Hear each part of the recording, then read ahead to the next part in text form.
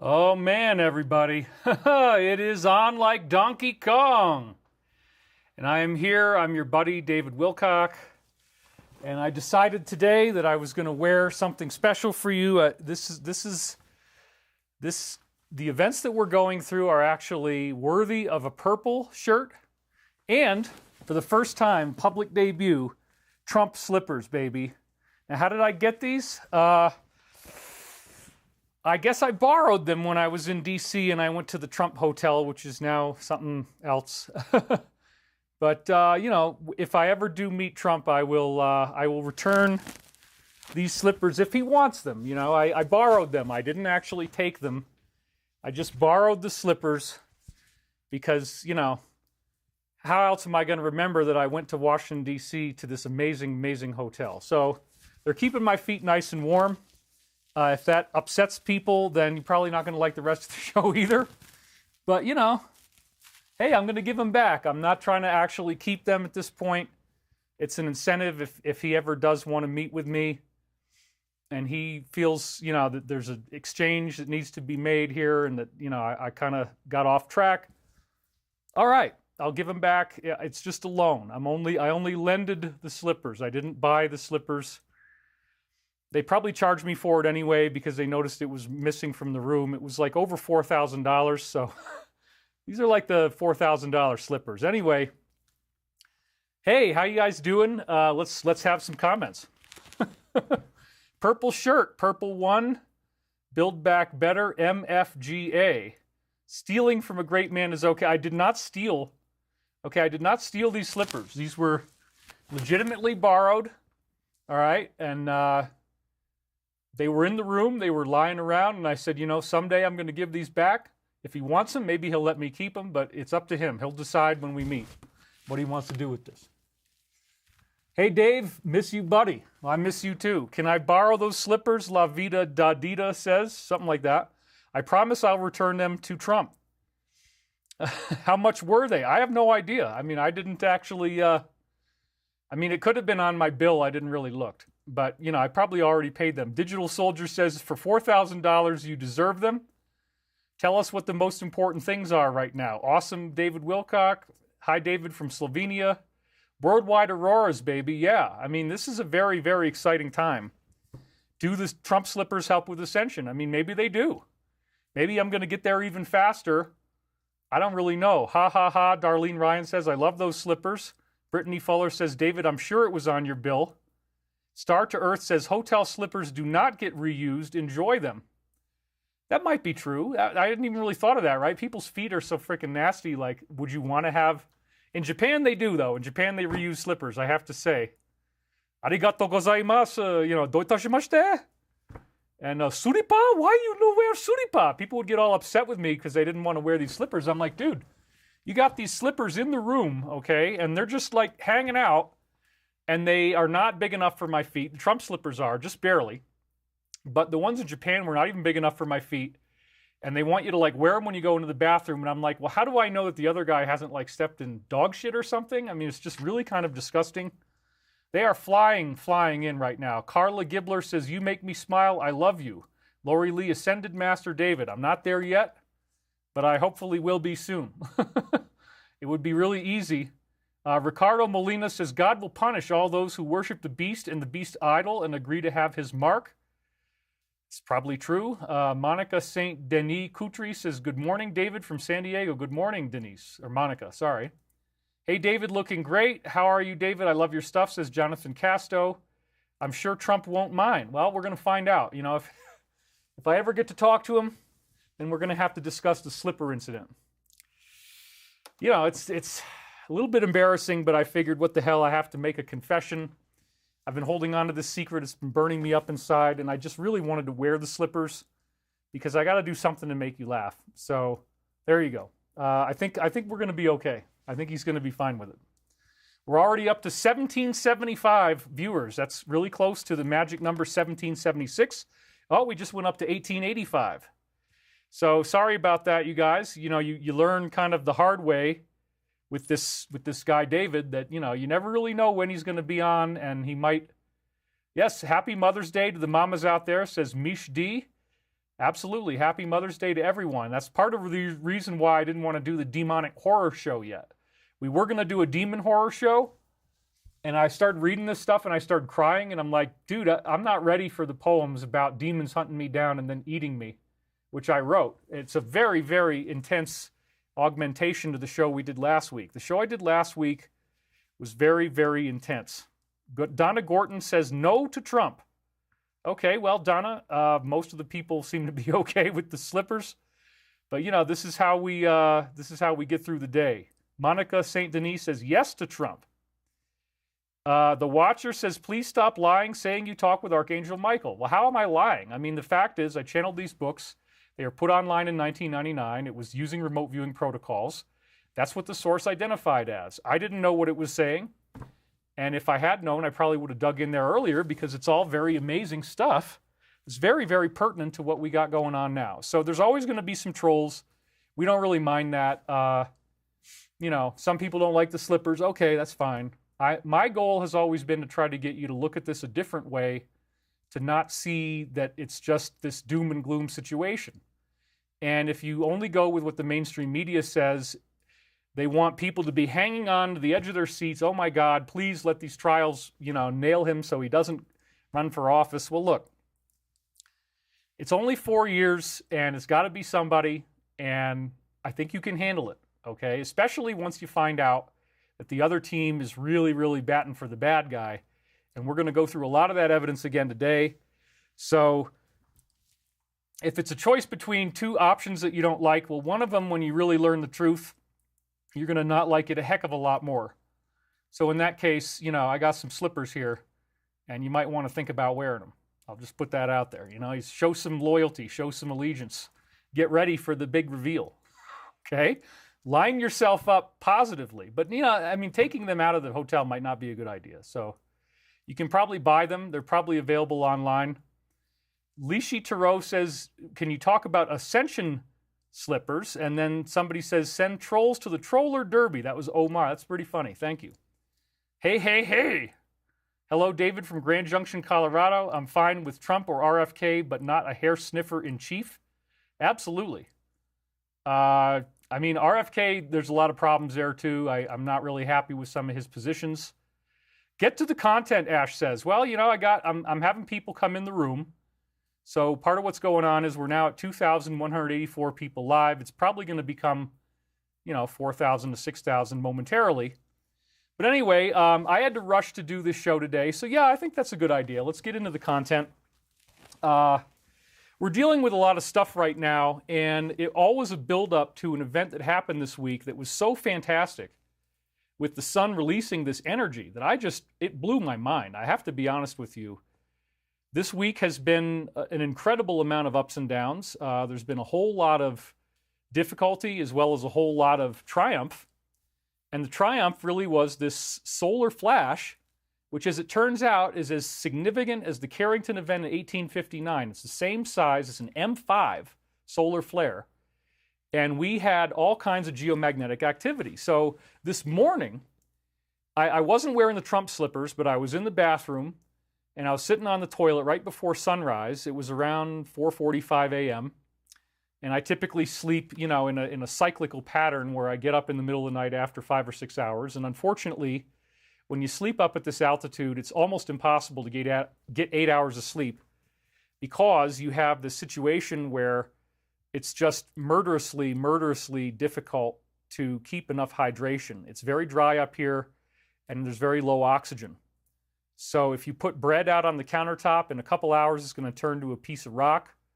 And what that also does is it makes your body work harder, so I have to use humidifiers. And then, so anyway, you get up after 4 to 6 hours at the best, sometimes even less, and you have to pee. So I did a 5-hour cycle and then a 3-hour cycle last night. And when I got up at 4:45, I had lightning, but there was no thunder. It was just what they would call heat lightning. And so I don't know. I mean, it was like every minute or so, I'd have in about 1 second this flash of approximately 7 different lights that would flash all at the same time.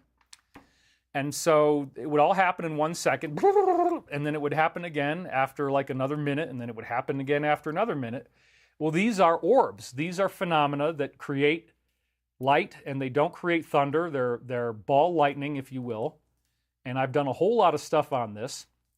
And we've had delays on our film Levitation coming out. Hopefully it will come out. We're still working on it. But in the meantime, Levitation, the movie, when it comes out, we're going to talk about this ball lightning phenomenon. It's very fascinating. But it was happening this morning. And I realized that the ball lightning was the result of our Earth going through this phenomenal shift. And that we just had the biggest solar activity ever. And so mountains in particular, mountain ranges, the ley lines on the Earth are often where the mountain ranges form. Ley lines are these energy fields that I've talked about. If you actually plot out, as Ivan Sanderson did, the 12 points around the Earth where you have Bermuda Triangle effects, including the North and South Pole, you get this symmetrical geometry. And so there's these 12 points called the 12 Devil's Graveyards around the world. And when planes are flying through them, they disappear. When ships are sailing through them, they disappear sometimes. There's thousands of these records on file, and they all cluster around 12 points. And all those points are equidistant from each other. And if you play connect the dots on Earth, you get the global grid. And so it originally looks like an icosahedron. That's a ball that has triangular faces, a total of 12 of them. And then the Russian scientists, Goncharov, Morozov, and Makarov, found out you can invert the geometry, turn it inside out, and then you get the dodecahedron. And now you've got the perfect delineation of the Mid-Atlantic Ridge. All kinds of volcanic ridges around the Earth are drawn by this geometry. And it all starts with the 12 points where vortex phenomena appear. Along these ley lines, and again, there's mountain ranges, there's undersea volcanic ridges that follow it perfectly, like the Mid-Atlantic Ridge. It's just an amazing thing that I've talked about in my new course, Sacred Science and Microprophecies. It's available at thedisclosure.com. We do have a special deal, though, going just on the books, as I've said before. If you go to thedisclosure.com and you put in the coupon code Revelation, you get all 7 books for $70. That's the best deal I can possibly do. It took me 2 years of working all the time on this to finish it. I would typically get up, as I said, 4:30 in the morning, and I'd just start writing again. I'd write until I pass out, maybe till 5:30, 6 o'clock. Then I'd get up again. That was what I was doing every day. So codename Revelation, thedisclosure.com. All the stuff I'm telling you about is in these books. Okay, so the solar event was very, very provocative because, if you recall, just last week, what was I talking about? I was talking about the prophecies of the Virgin Mary at Garabandal that took place in 1961 to 65 that attracted gigantic crowds full of people. And specifically, these children had very strange phenomena occurring. When they were talking to the Virgin Mary, there would be this amazing perfume that would come off of them that did not exist before, this very strong incense type of smell, which is actually an anti-demonic smell, if you remember that show. The Virgin Mary would appear and everybody would smell this wonderful, wonderful frankincense and myrrh type of incense, just like what Jesus got. The children were able to kneel down on sharp rocks and not have any pain. And there also was an incident where a communion wafer manifested inside one of the children's mouths. And, you know, the skeptics, of course, accused the children of doing stage magic. They had the perfume hidden under their armpit. They had the communion wafer. They stuck it in their mouth, whatever. If you want to believe that, that's fine. However, the Virgin Mary and Archangel Michael were both involved in this, and that ties it directly with my work. We had this troll guy here saying, oh, David thinks he's in touch with Archangel Michael. Look, this wasn't something that I wanted, per se. This was something that appeared, and I had to deal with it. I had to deal with the fact that I did this remote viewing. I read Dr. Courtney Brown's book. He was on Art Bell. It was called Cosmic Voyage. The appendix at the back of the book told you how to do remote viewing. He also wanted you to come take his course in Georgia. I didn't have the money to do that, but I did practice these protocols. And I'd actually been doing psychic stuff my whole life. I'd been remembering complex dreams my whole life. So I was really a good fit to be able to hit the ground running when I started practicing this technique. You listen inside your mind once you're in a deep, deep state of meditation, and thoughts, pictures, and words will just kind of naturally bubble up, and you try to document the words without any interference. This has predicted the future so accurately in so many ways that nobody can legitimately oppose it, all they do is they resort to ADhominum character attacks. What does ADhominum mean? Against the person. They don't actually attack the data because the data is so incontrovertible that you can't even fight the data. The prophecies are so redundant. Like I said, there's red-lined marks on almost every page of all 7 books. It talks about so many things that are going on in today's world. It totally describes the alliance. And so, again, it gives a very alternative view of Donald Trump. Remember, I didn't like Trump in the beginning. I was actually another one of those haters out there. I didn't like the way things went down with Rosie O'Donnell, for example. You know, I never watched any of his television shows. I don't watch any television, so it wasn't like I was singling him out. But I just, okay, yeah, the You're Fired guy, it kind of makes sense if he becomes president, but I wasn't really that into it until I started to find out that there's way more to this whole situation than meets the eye. And that is why, as I've said, he has earned my loyalty, he has earned my love, my trust, and my respect. If that pisses you off, I'm sorry. But when you understand why he's been hated so much, it's all going to make sense. This is not just because of these supposedly bad things that he's done. All those trials are falling apart. It's because he's responsible for the largest covert operation in the history of humankind on Earth. There has never been anything like this before, where you have the military and the intelligence community, not just of America, but most of the world, participating in a campaign not to do stealth state capture like they usually do, where they take over an innocent country. And that was happening all over the world, as you can hear in the book Confessions of an Economic Hitman, for example. But instead, this is a massive covert operation to expose what we could call the dark side. And the people who are running the world actually do practice evil. And they believe that it works. And again, it doesn't matter whether you believe it or not. They are as serious as a heart attack about this. And they practice these ceremonies, and it does usually involve some type of murder. And then in the process of this, they think, and it could be a hallucination, whatever drugs they're taking, and you know what those drugs are, but they think that they're seeing some kind of manifestation of a creature. And it could, a lot of them have horns, and they would be called demons. And the demon gets directly involved in the event that they are all there to produce, which involves a victim.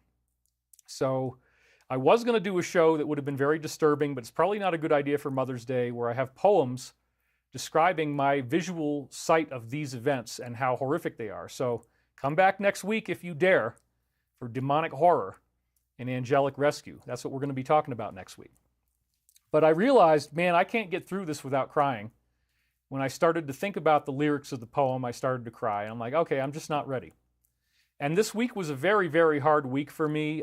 There's 3 different lawsuits I'm fighting all at the same time right now. I think all of them are going to resolve very positively, but it's been very stressful because the 3rd one hit me out of nowhere this week. I did not expect it. There's a woman who's been suing me every 3 months for 6 years. She's addicted to it. And the Colorado system just doesn't stop her from doing this. I don't read them. We just throw them in the box. I usually don't even respond. They always get dismissed. But she just did it again, and I found out on May 7th that I was supposed to be in court on May 8th. Well, everything got kind of thrown off. The deadline got extended, but it's just all lawfare. So it's very difficult to be constantly sued. It's not a fun thing, and that's another thing I have in common with Trump. I have consistently been getting these things happening. A lot of it has to do with Stavati. We had some people put money in, and we're going to give them their money back, but they're asking for unreasonable terms. You can't take $1 million and turn it into $5 million. That's because we were going to create profit as a result of the investment, leading to products that we then generate over a period of time. But anyway, aside from that, the trolls love this stuff. The trolls love the fact that the deep state, or whatever you want to call it, the intelligence communities, they're part of it is from them. They throw these things at us. They keep trying to drag us down. We have had unbelievable, unrelenting interference. And then also this week, we were highly, highly misled by a potential investor. Now, bear in mind, I have 7 others. We have some very, very sizable things going on. I really don't think it's going to be a problem, and it's going to be very soon. We have orders coming in from 2 countries right away, actually 3 now. And we have multiple investors, but we had one investor party who wanted to do a fairly significant investment for us. They delayed it for a long time. I joked in LA about something called the Tuesday-Friday game. This is where the money is coming, but they tell you that it's going to be here on Tuesday, and then when that doesn't work out, they tell you it's going to be on Friday, and then when that doesn't work out, they tell you it's going to be on Tuesday. So we laugh about this. We call it the Tuesday-Friday game, ha, ha, ha. But people really do this stuff. They mislead you. And so we had a conversation with these people. I was on the call. It seemed to go very well. It sounded like they were about to close. And if that had been the case, if they had been true to their word, then right now, by this Sunday, I would have already had all those bills paid, all the lawsuits would be gone, everything would be fine. Instead, they talked to us on the phone. They gave no indication that they were going to come back with this comprehensive, I mean, it had 8 main parts, but then each part had like 5 subsections. So like they came back with like 40 different caveats. And it was essentially a blueprint for a hostile takeover of our company. They wanted information about our shareholders, their names, their addresses, their contact info, how much money they put in, what percentage of the company they have. There's something called no foreign, N-O-F-O-R-N, and that means that no foreign actors are allowed to have this confidential information about our board of directors, so we can't just give that information out. And then probably one of the most upsetting things was that they wanted to have an officer who has to approve every single transaction that we spend money on, even though they were only going to be investing a small percentage of the money we intend to raise. So no, we can't have one person who has a veto power over everything we do, especially if this person, by his own statement of admission, refuses to read our paperwork. He just wanted to put money in and not look at it. Well, you can't do that and also control everything that we do if you're not going to pay any attention to it. So as far as I'm concerned, the deal is toast. I felt highly disrespected. And in fact, it was bad enough with this and all and the lawsuits and everything else going on that I actually did have a relapse. I used medication because I was just so stressed out. I was so upset, and the betrayal was so severe. In fact, I had a dream about Hannibal Lecter, and that was a comparison to what happened in this deal. If you're going to talk to me on the phone and you're going to talk about what you're going to do, and you tell me certain things, I consider that a gentleman's agreement. I consider that a promise. I don't expect to see a list of 40 things that we never talked about that are highly invasive, that are going to make anybody angry. And then they say, well, we're not going to do it unless you do all these things. No, you don't get to take over the company. Sorry. And you don't get to look at everybody's innards. That's not going to happen.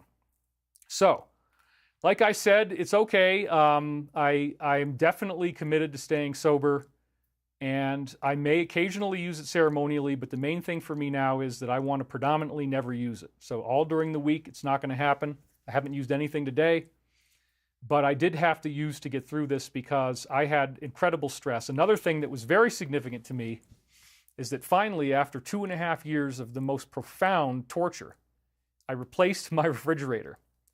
I used Whirlpool has their own kind of luxury brand. It's like entry-level luxury called Gen Air. So I did not get a new Sub-Zero because those are very expensive. I got a cheaper fridge, if you want to call it that. But I, thank God, was able to find one locally in stock from Gen Air that fits the crack perfectly. It's 42 inches wide, 7 feet tall, 84 inches tall. So we got that in there. And I had such a huge panic attack on that day, on Friday, that again, I ended up using because I just couldn't handle the stress. And so the medication does have certain value if you're really having a hard time and you're in a place where you can use it without a problem like I am here. I mean, it is legal. I'm so conditioned, though, from 1992 when I got sober that I can't use it at all. But I'm still in a war. We're not done. There's very, very intense stuff going on. Plus, we had all these solar emissions occurring. So it was a very intense week. I was terrified that the fridge wasn't going to fit in the crack. I was terrified because the guy says, oh, you know, this when I played him the sound of the old refrigerator, he said, this doesn't sound like it's loud at all. I'm like, and he didn't even think the new one was going to be any quieter. Like, well, the guy at the store told me it would be. And he said that other people complained about 25-year-old Sub-Zeros. They have huge compressors. They get very, very loud as they get old. Well, I was so nervous. It took the whole day. But they eventually got it in there. We plugged it in, and I could not believe it. It's probably about 700% quieter than my other refrigerator was. So for me, this has been life-saving. So the main reason why I didn't have a show listed before today is that I spent yesterday almost like crying because I was so happy that I finally, thanks to your donation, somebody's calling me right now. I finally, thanks to your donations, was able to not have this horrible sound destroying my life and destroying my peace of mind. So instead of that, I really should turn off my... Nobody's ever called me during a live stream before. Somebody might be mad that I talked about this investor, but look, if you guys are willing to drop all this crazy stuff, we will still work with you, but there are certain conditions that are going to have to be met, okay? We will still work with you, but you got to be more reasonable. The letter I felt was very disrespectful. So that's all I'm going to say more on that. I'm not going to say any more, so if somebody's freaking out about me talking about it, don't worry, I'm done. That's all I'm going to say. It would be nice if we could bring them back. It really would, because it would solve all of our problems. We had a great talk on the phone. I really liked these guys. It felt very underhanded the way they did this. That's all I'm going to say. So anyway, the fridge has changed my life. It's so much quieter that all the things I had to do with wearing earplugs in the house and all this kind of stuff, it's not a factor anymore. It's so much quieter. It's just incredible, and I feel so much better. The fact that this noise was happening all the time was making me constantly angry and agitated and sad. And it really did dramatically improve my life when I got it replaced. So I have just felt so good. It's so wonderful to have a quiet home for the first time. I just can't even tell you. So it really is a whole new life for me, and I feel very, very happy about what's going on. So with all that said, I want to dig into the events that have taken place just since our last show, because again, the big focus of the last show was the Virgin Mary prophecies at Garabandal. As I said, these little girls were, bringing in Archangel Michael and Virgin Mary, and it was fascinating what they were talking about. And this is not just a joke. This is real. They were saying in this, Archangel Michael and Mary said in these prophecies that there would be an event they called the warning. And the warning is going to be some type of event in which it's apparently associated with solar activity, a major burst of solar activity, but that there is some type of psychedelic effect that this causes where people now see a cosmic pattern for their soul. They actually have a glimpse of cosmic consciousness. They see who they really are. They are, interested for the first time in their soul maybe. They've realized where they stepped short. They have this divine consciousness, this like what the samadhi, you could call it that, in the classic tradition. I mean, this is amazing. And so to have this happen in the 1960s prophecies, they said it was a warning, and they said that after this occurs, we're going to go back to normal for a while. I'd never heard that before. In my books, it doesn't say that. It didn't say one way or the other. I just assumed this was all going to happen at once. But then Garabandal comes in and says, no. There's going to be an event called a warning where you're going to have cosmic consciousness, a glimpse of the destiny of your soul, and then everybody's going to try to write it off as, it was the effect of a solar flare. People got mentally confused. We don't know what it is. After the warning, we're either going to have one of two things occur, and this is what the prophecy states. It's either going to be a chastisement or a miracle. The chastisement is very frightening because it describes a solar flash that basically just destroys all life on Earth, and then we all have to be rescued before this happens, or whoever is going to ascend has to be rescued in a Noah's Ark type of fashion. So that's one potential outcome of how this could occur. But at the same time, we have other stuff going on, which is that we're going to be also dealing with a miracle. Now, whether we get the chastisement, which is that we all get cooked, or the miracle, has to do with whether we listen to the warning or not. If we see that our souls have places that we need to work on that we haven't worked on, and we don't fix it, then yeah, we're going to have a problem, and it's going to be the chastisement. But if we learned our lessons, then we get the miracle, which is that people begin having ascended abilities. This is what it says in the Michael books. And in the Garabandal prophecies, they say that there's going to be some miracle thing that you can see at Garabandal that will never go away, that will stay from that point forward. So Michael prophecies and Garabandal fit very nicely together, and I didn't even know about it until I did an event in Colorado. So no sooner do I do this show, and I'm talking about Garabandal, one of the things I said was that when the solar flash happens, this was last Sunday, when the solar flash happens, you're going to have aurora borealis all over the sky. The colors are going to be incredible. Well, within days, this actually did happen. Now, You can't do this with anything that the cabal or deep state has available to them. There's no technology that can make the sun have a massive coronal mass ejection. It's not technologically feasible. However, the deep state may have been playing around, and they may have created an environment with HAARP where they caused these colors to be brighter. That is possible. So they might have been trying to feed into the prophecy and make us get very messianic, biblical, end time oriented. Well, yeah, that's what this is. It's crazy. I'm so deeply honored that the sun decided to do this for us within days of when we talked about this prophecy. As far as I'm concerned, it's confirmation. And so if you're not accustomed to biblical miracles happening in your life, then you ought to try being nicer to people, and you'll find out that they will happen. And so again, I hope we can heal the thing with this investor. I don't want to have an officer that we have to sign off with every time we do something with our money. That's just not going to work, especially because some of this is classified. So, it's just, there were untenable requests. I hope we can gloss over those and get something done. Anyway, one way or another, we're going to get an investor really soon.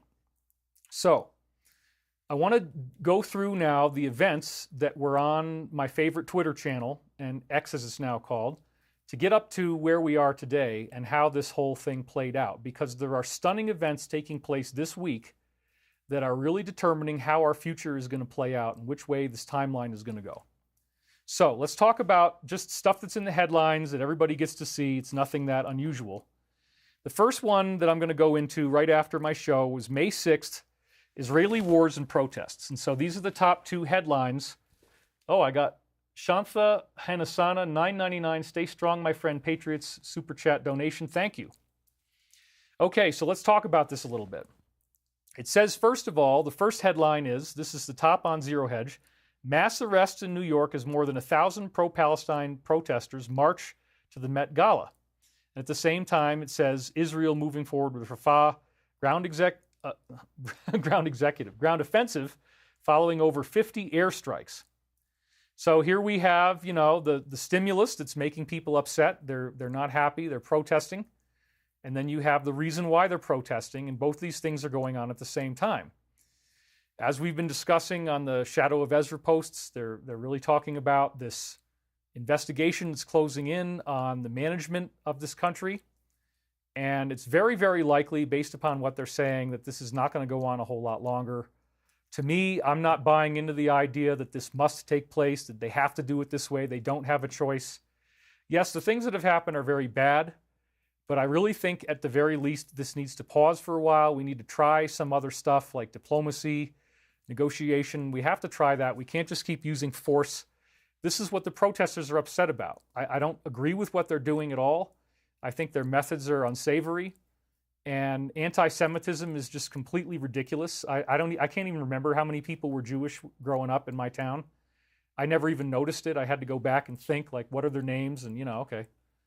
But anyway, it's like to try to marginalize a whole group of people because the actions of their country or a country that represents them, when in fact almost everybody in that country doesn't want this happening either. They're terrified. And it's just a small thing in the leadership. So hopefully we can heal this pretty soon. Hopefully this is all going to die down pretty soon. And along the same lines, we had another big piece of news that's in the same category as that. And this was on May 7th, where a plot against Zelensky was foiled, as you can see right here. Now, this is something that was not unexpected. When people are being sent to their deaths and they don't have any option, they don't have any way out, they get desperate, there's no other way to stop it, they start doing this kind of stuff or trying this kind of stuff. So this was very shocking, and it definitely reveals that the heat is on and the whole thing's probably going to come to an end pretty soon. Plus, as you remember me saying, we had alliance messaging saying there's only one country left that they still haven't fully dealt with before, I guess, we're going to get big announcements. And that one country does appear to be Ukraine. And then after they said that, here we have this happen. If the plan had worked, then we'd be on a whole different timeline. But anyway, even though it didn't work, assassination is not necessarily a savory way. We need diplomacy. We need positive ways to handle these things. But this is just a result of extreme frustration amongst those people. So this was a big deal. And we'll talk more about that later. The next thing that we're going to talk about is this weird public ritual that was in a music awards ceremony in Ireland on May 7th.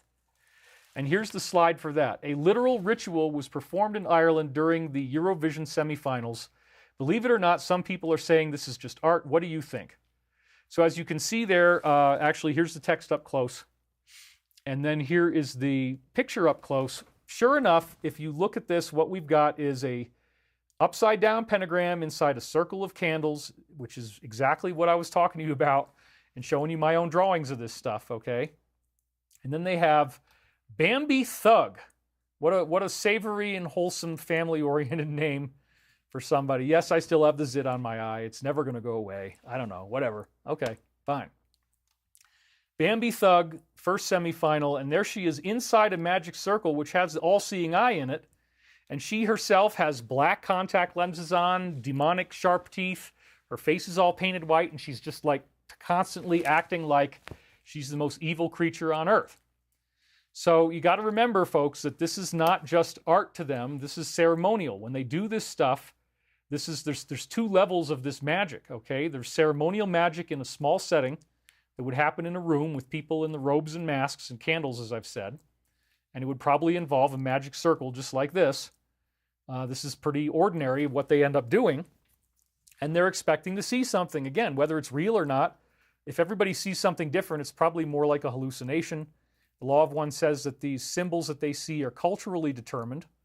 So they build up over time culturally. But again, we don't really know why they do this on a public level, but insiders have told me that there's two levels. There's the small ceremony and there's a large ceremony. On a large level, they consider this to be a form of magic. And what they want is for people to not take it seriously and not act like it matters and not act like it's important and just ignore the fact that every time they do an award show, they come right back to this satanic stuff over and over again. It's like they got no other material. So, you know, part of what I was going to do was to read these poems to you, but they're very disturbing and I'm just not ready. So we'll do that later on. So this is a public ceremony, and when they do this, apparently what's happening is that these entities are greatly strengthened. This is very important.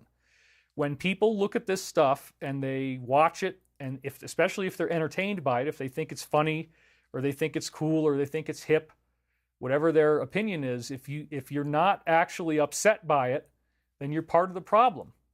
And that actually feeds these negative entities. They're also fed by us being afraid of it. They're also fed by us feeling terrified by it. That's where they get the most. So these entities actually force you to go out and advertise them. Their advertising is very important to them because if you don't advertise them, they can't do as much stuff. The advertising creates authorization. So this is actually a science. This is a public science of doing mass ceremonies because these entities are losing their grip in the metaphysical world, in the spiritual world. They are losing their power. And as a result of losing their power, they need to do ever more dramatic public ceremonies to tell you who they are, to show you who they are. Let's read some comments as I'm saying all this stuff. There are so many people who think this is a brand new issue. I remember it as a kid in the 90s. Yes, this is true. Richard Osterman says weed helps PTSD. That is absolutely true. No Privacy Werner says they can't do anything without your consent. The concert is to get your consent. That's right. Hey, David, have you seen that TikTok video where the guy shows the face beside the moon? It's so bizarre. Forex Gump says, David, you can make some people happy some of the time. You can't make all people happy all the time. Take the cookie scary lady. I'm sorry, everything just shifted. Tyler D just sent me $100. Wow. Mr. Wilcock, I hope this helps. And happy to see that you are doing and feeling better. I like how you said they ran out of material. It's the 17 crew waking up the normies, Marco Solis says. So Sebastian Cooper says, yes, this guy goes out at night. It's a full moon, takes a high-quality camera, starts zooming in, and the closest you can literally see a face of what looks like a giant god. When do you reckon the big blast is coming? Is it 2025 like others say? Well, that's what I'm saying. That's what Michael is saying. Yes, I do think that's what's going to happen. All right, so anyway, back to the slides. The next thing on our list is a big, big win for a lot of people who want to see the truth. We're up to 3,807 viewers now. Woohoo! Thank you, guys. All right. We're almost at 4,000. That's a wonderful number. Okay. So let's show this top headline on Zero Hedge. It pulls their you-know-what after admitting a rare side effect. And then on the same day, same time, another Trump trial derailed. Fanny Dodane judge's decision to keep her on RICO trial is under scrutiny by appeals court. So basically, for some people, they might feel really badly about this. Obviously, you can see by my choice of slippers how I feel. I'm celebrating this. It's very, very exciting to me because honestly, as you're going to see, even Hillary is saying, we got to call off the attack. This is crazy. It's election interference. She actually said that. These trials are making everybody upset, and I'm going through exactly the same thing in my own way. So that makes it even more personal. So again, pulling this product off the market is a stunning admission. We've been going through something called gaslighting, which is lying on such a spectacular level that it gets you to question your entire reality. And so there's a mass initiation going on, which is, can you see it? Can you look at the evil? Can you see it for what it is? Are you willing to look at it? Are you willing to accept what is so much being smashed in your face? They're doing these ceremonies. They're injecting people with stuff that's deadly, and it's not fair, and it's not fun because a lot of people are innocent, and they really have been misled.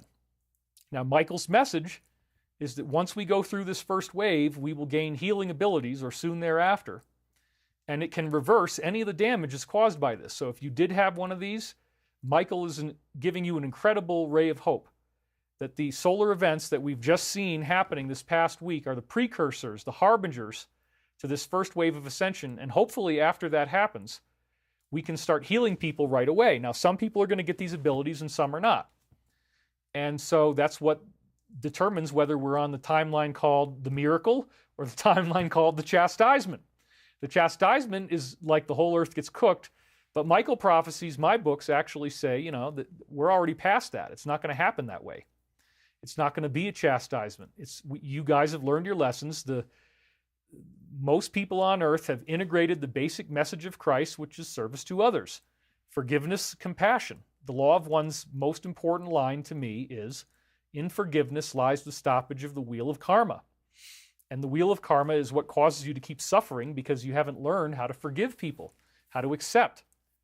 And so, again, this is a very, very stunning event that we've just had here because it's the first time that the actual manufacturers are beginning to say, yeah, you know what, we actually do have a problem here. We're going to pull it off the market.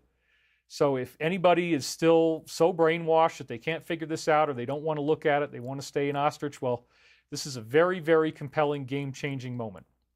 And what was really important in Michael's prophecies, again, is that we learn that this is going on, but we don't react violently.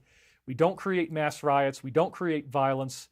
We allow the authorities, who are the alliance, as I've said, to handle this in a peaceful, ethical way. We don't take the law into our own hands. I am not advocating any use of violence whatsoever. I'm only saying that we need to observe, we need to point things out to other people, we need to stay positive, not to demonize the people who are in this. Most of the people who are in this organization were born into it. They don't have any way out. They cannot escape. I got very, very lucky that mine apparently happened through UFO abductions, and that because I was such a hard person to work with, and I pushed back and I did a lot of strange things that got me in trouble, I got kicked out and I got put back in around 1986 is when it seems that most of the stuff stopped happening. Then when the Michael stuff happened, I actually gained angelic and spiritual protection. This is another thing. Once you go through a spiritual awakening, once you commit yourself to a spiritual path, you cannot be grabbed anymore. So if any of that stuff that I told you is scary to you, you're not at any risk as long as you're living an appropriately spiritual life. But when I was a kid, I definitely had not gotten that yet. I used profanity as a kid, and there were other lifetimes where I'd been through really dark things. If you learn Michael prophecies, supposedly I was King David in a past life. I sent a lot of people to their deaths. Probably a lot of those deaths were not fair. And as a result of that and other past life indiscretions, I ended up having to go through this very strange parallel lifetime cosmic trauma. I'm very lucky that all I have is just little dreams, and I don't get to remember most of it because I'm sure I wouldn't really want to. It was very dark.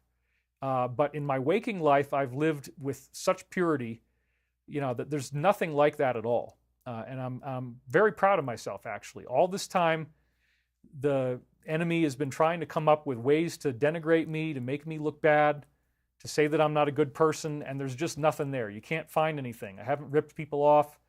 I haven't committed adultery.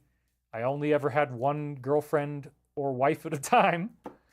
I never cheated on anybody. You know, there's just nothing there that you can find that's real. They're going to have to make things up, and they've been doing that for years. We've had this thing where, oh my God, David stole Pete Peterson's money. Well, that's been going on for 9 years now. It's not true. It never was true. People still keep repeating it. Even after the last time I spoke to Pete was to get him on tape saying that this did not happen. We have 5 people in my board that can prove it didn't happen. Whatever, they don't care. They're still saying, oh my God, David stole $50,000. Well, it wasn't even possible.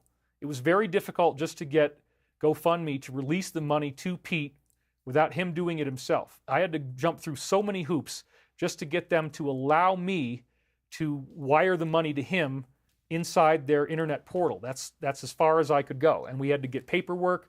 We had to send them all this documentation.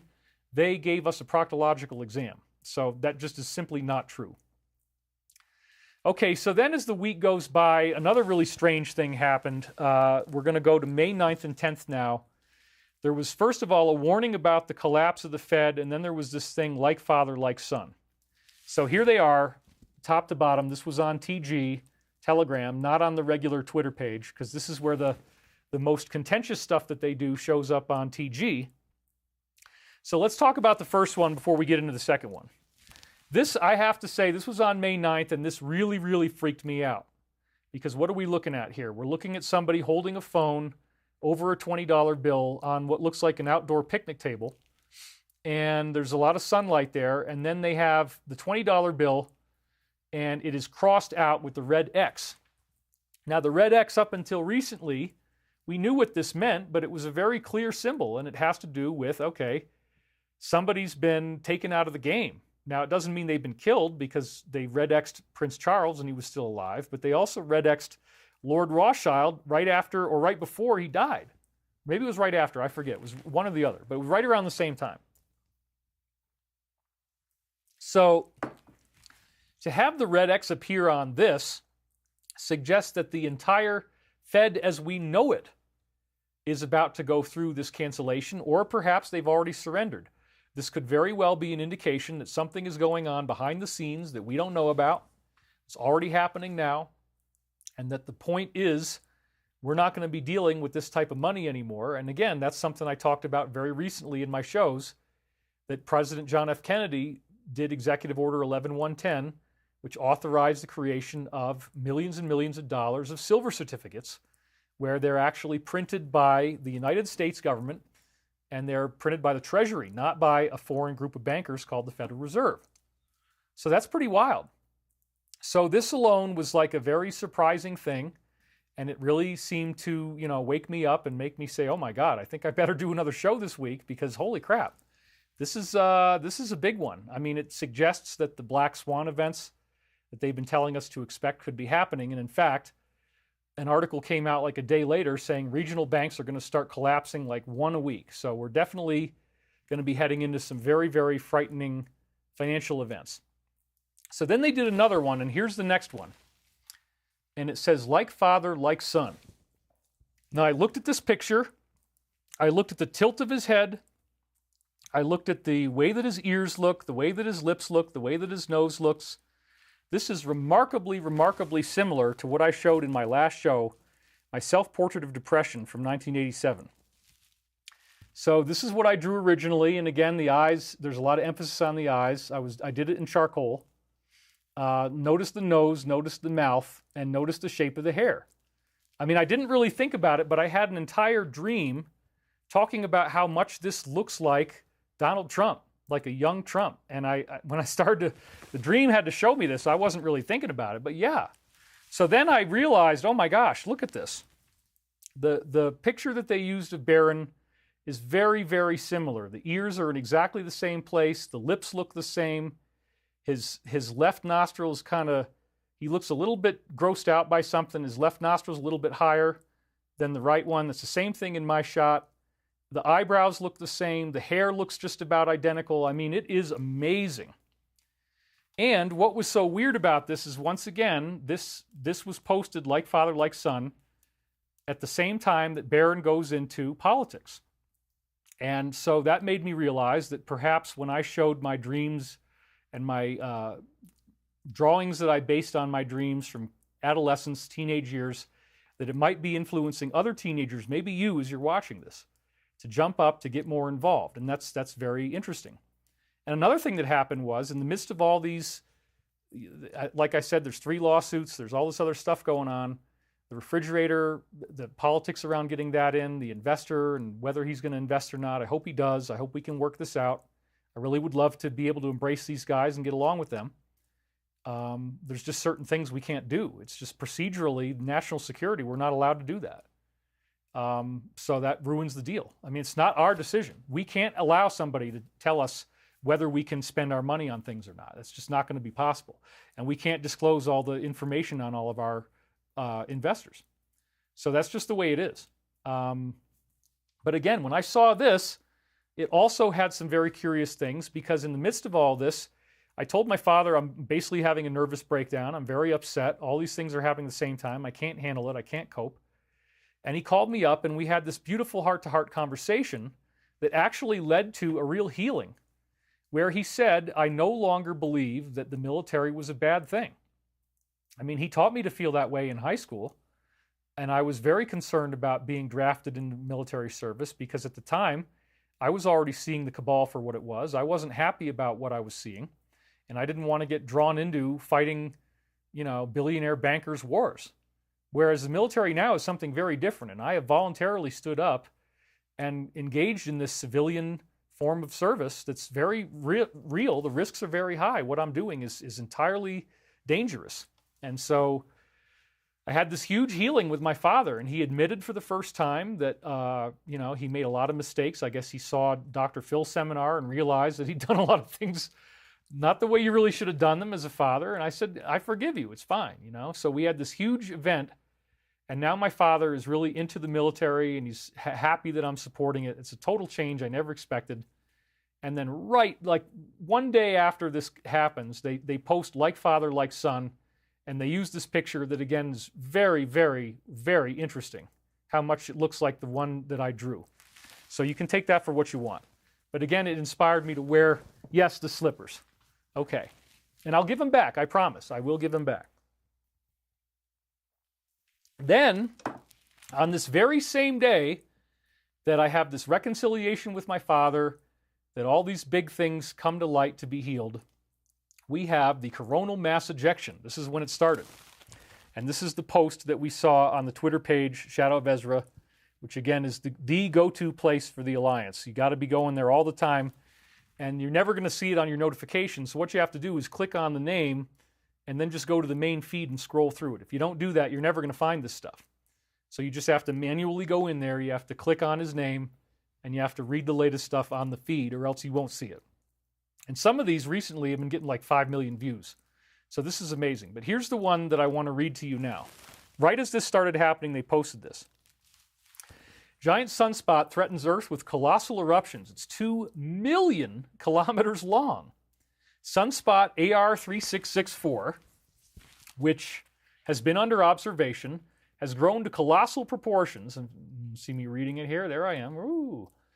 Visually rivaling the legendary Carrington sunspot of 1859. This is 15 times wider than Earth itself. So visually rivaling Carrington. Well, Carrington, as you know, knocked out all the telegraph lines. Everything that was electrical just got melted. Thankfully, in 1859, we only had a limited amount of it, but they had to redo everything. Nothing survived. So an EMP just destroys all electronics. Now, Michael and the Mary apparitions have said that we will be protected as we go through this. I do not expect that the first wave is going to cook our electronics, or at least not most of them. The Carrington sunspot holds a significant place in history due to the intense solar flares and coronal mass ejections it unleashed in August and September 1859. The resulting geomagnetic storms were so severe that they set fire to telegraph offices and ignited auroras visible from Cuba to Hawaii. Alarmingly, studies suggest that Carrington-class storms occur once every 40 to 60 years, indicating we are overdue for such an event. I remember 1 month ago reading about how NASA is preparing for an internet apocalypse as a huge solar storm could hit the Earth by, wink, wink, 2025. Oh yeah, you know, there's no connection between this stuff and what David is saying, and they hate David. There's these intelligence community people keep putting these posts up where they claim that they're talking to this guy and that he despises me. That's just not true. There's so many tie-ins to my work. It's so obvious. Like Father, Like Son was another one. Nobody would have known that unless they were watching my stuff through my laptop. So yeah, it could hit by 2025. Oh, wow. And send the Earth's energy grids into a meltdown. Do we not deserve better psyops than this? So then at the bottom of the screen there, they showed you the Carrington event, and then they showed you the one that we just had, and look at that. They're exactly the same. May 9th. Okay, so then the next one that we had on the same day was Taylor Swift as a demon. Now, this is obviously something they did with, like, computer animation, video game quality. It says, new visuals at Taylor Swift's Era show in Paris. She is literally portrayed like a demon. And it's very, very creepy. You know, her eyes are all white and her face is all crazy and it looks very, very evil. And this just, again, it's a public ceremony. They want you to be freaked out. They want you to be scared. They want you to feel sad. They want you to say, why are they doing this? I don't like it. It makes me uncomfortable. That's what they want. Because if you're sad, if you're scared, remember, what did the Colonel say? What do the demons want? Hatred, unforgiveness, and fear. If they can make you angry, if they can make you not have forgiveness, and if they can make you afraid, that's the main thing. So if you are afraid, if the stuff that I'm telling you is scaring you, I'm not doing my job. I'm not supposed to scare you. I'm supposed to show you that this stuff is real, but then you got to man up or woman up and deal with it. You got to face the music. You got to realize that there are people who are very evil, okay, and they happen to get together and figure out how to run the world, and all that's coming to an end now. The evil is being purged. But in the process, they're advertising to their overlords, literally, this feeds these spiritual beings energy. They live on loosh. They live on our hatred, unforgiveness, and fear. And this is also how they can influence people. So if you stay in denial, if you look at this and say, oh, ha, ha, ha, it's no big deal. Like in the 1980s, you got this band called Poison. They have a song called Talk Dirty to Me, and you look at their album cover, and it's 4 guys in drag. And they're all decked out, and they're doing this kind of, it was so ridiculous. Yeah, and then a lot of the bands were satanic. So we had satanic rock bands who also are dressed in drag. That's what they want. They've been doing this for a long time. This has got an agenda behind it. It's not just random, okay? Evil rock music, they loved that. And they want you to dabble around with it, and they want you to think that it gives you power. And then you watch movies, and the good guys don't have any magical ability, but the evil demon, or whatever the creature is in the movie, the evil demon has all kinds of power. So this is all by design. They don't want you to think that spiritual people that are positive have good powers for the good. They want you to think that you're doomed. They want you to be so afraid of this stuff that you will not look at who they are and what they are. So again, Archangel Michael and Mother Mary are offering us a solution. This is real. There are positive spiritual beings that can project into human form. They've been doing this for millennia, going back to the time of the Hindu Vedas. And then we get screwed up in misinterpreting what they said. So another really cool thing that happened was Zero Hedge's one of their main headline stories had artwork in it that was directly inspired by us, and the artwork was on an article that was validating one of Michael's prophecies. Michael's been saying we're going to see a big economic collapse. Shadow of Ezra's been saying that. The Alliance has been saying that. It keeps coming up. A big economic collapse is coming. And so this Zero Hedge article used artwork that was profoundly similar to what I had just done in last Sunday's show. And it was so exciting that I had to point it out. So again, this illustration, Ronald Reagan as a nuclear destroyer, is incredibly fascinating. I talked about this last week, where there he is, Reagan drawn up as like Arnold Schwarzenegger with a big machine gun that also has a phallic symbol on the end, and there's energy coming off of it. So, you know, it's got trauma aspects to it that I probably wasn't aware of. Again, the mushroom cloud itself looks like, you know, phallic, and what he's grabbing onto looks phallic. And then he's shooting somebody who actually looks like a kid, and he looks infected. He's got these green spots all over his body.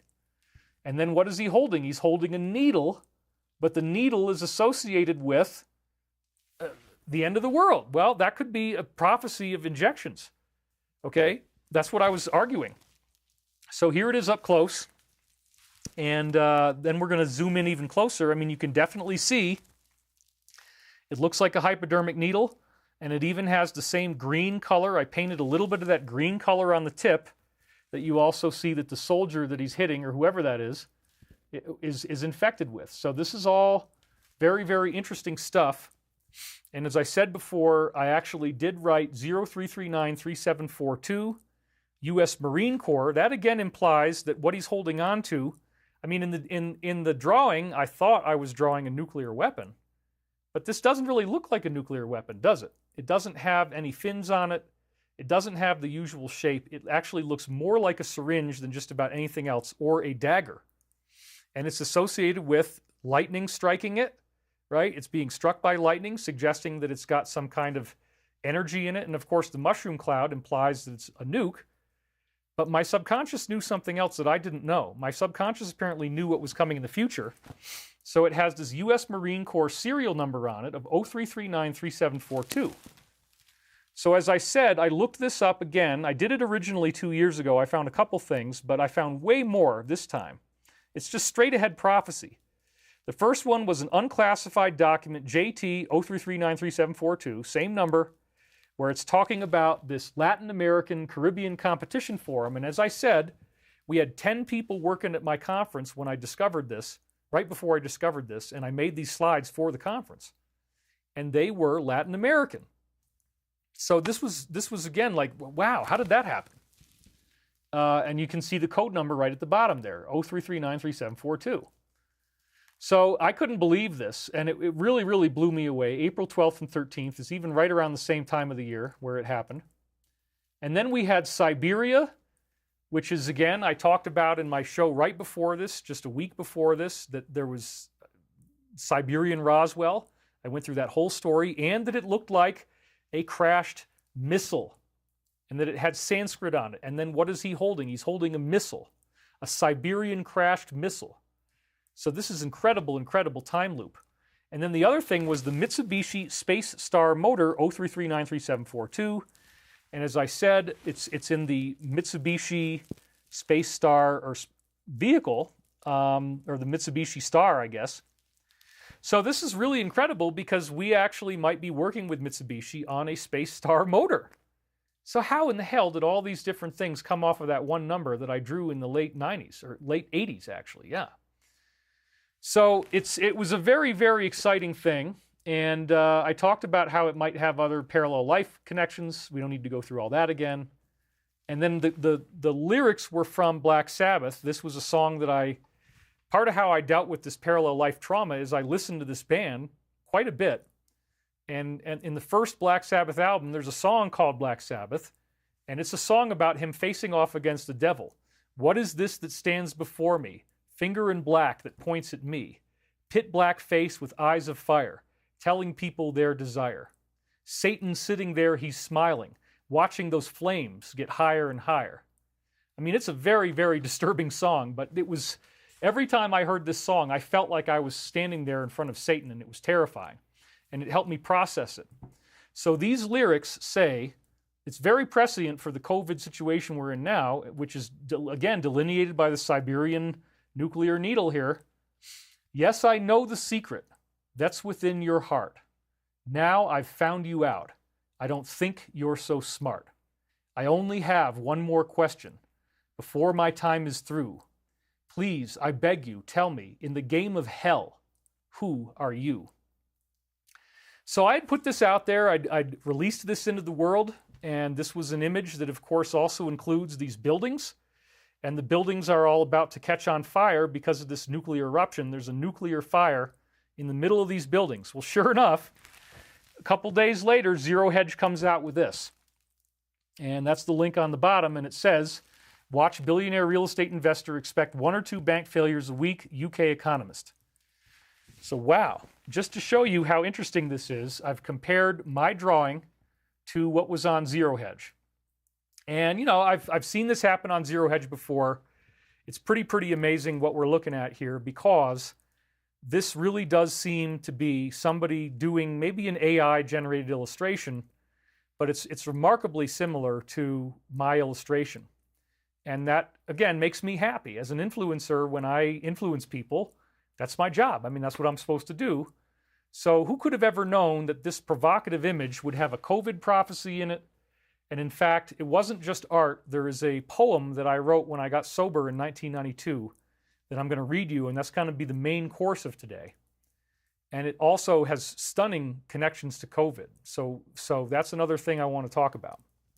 But this really was very heartwarming, and I love that when I get acknowledged by people. So again, very cool. Then in May 10th, shortly after the assassination attempt, we hear that there's major panic going on. So here's the whole thing, and now we're going to go up close. Major panic in UK. Russian troops have started a ground assault in UK's northeastern Kharkiv region at dawn today, making progress of 1 kilometer closer to the border town of Vovchansk, with the objective of establishing a buffer zone. You can tell by Z's facial expression that he appears worried. During his inauguration, P declared to his country, "We will win," and it seems he has initiated a major assault. Will Z surrender, request more money, or pursue a peace deal? So again, they told us there's only one country left, and now they're describing how it's moving towards some type of final event. And again, we don't want war to continue. Let's hope that this can all come to an end somehow. So then again, they talk about the next day on May 10th that this has created a geomagnetic storm on Earth, whatever the sun was doing, that has led to these phenomenal aurora borealis effects. And so what we're seeing in these pictures below, you got purple, you got pink, you got green. There was apparently a lot of pink and a lot of green all over the world. And when I saw that they were posting this and that this was really happening, I'm going through all this trauma, you know, people asking us for stuff that by national security we just can't give them. So sorry, we can't make a deal. We're not allowed to sign that contract. We just can't do it. It's heartbreaking, honestly. But let's zoom in on what they had to say at the top now. Biblical skies all around the world from the geomagnetic solar storm, which again, I had just talked about on my show a few days before this. It's incredible. The sun performed. This is a biblical miracle. This is God or the Creator wanting you to know that what I'm telling you is true. I believe that's what this is. The storm was upgraded to level 5 out of 5 or extreme, making it the first G5 level storm since 2003. Scientists warned of possible disruptions to communications over the weekend. Government-funded scientists, quote unquote, telling us to expect power grid collapse, blackouts, which I just had this past week. So we had high winds and then the power went out. That was terrifying. That happened like right after I did the show, the very next day. I'm like, oh my God, is this ever going to stop? Cellular system failure, radio outages, satellite disruption.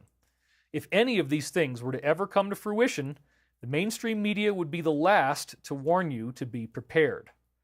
So were they trying to get this to happen? Do they want this stuff to happen? Yeah, they're hoping for some extinction level event because then they can hopefully disrupt whatever is going on and regain power in the midst of crisis. This is order out of chaos. It's their classic protocol. But again, looking at the bottom here, these images are so beautiful. The aurora are so beautiful. And I feel very, very honored by that. I never would have expected the sun to do something like this right after I talked about the Virgin Mary and Archangel Michael at Garabandal and the prophecy of a solar flash, and then they do one. It's like, whoa, the biggest one since Carrington? Really? And that just so happens 3 days after I talk about it? Oh my God, wow. Another thing that I like to think of as a geosynchronicity is they were digging around in Cambodia at Angkor Wat, and they dug up hundreds and hundreds of brand new sculptures, things we've never seen before.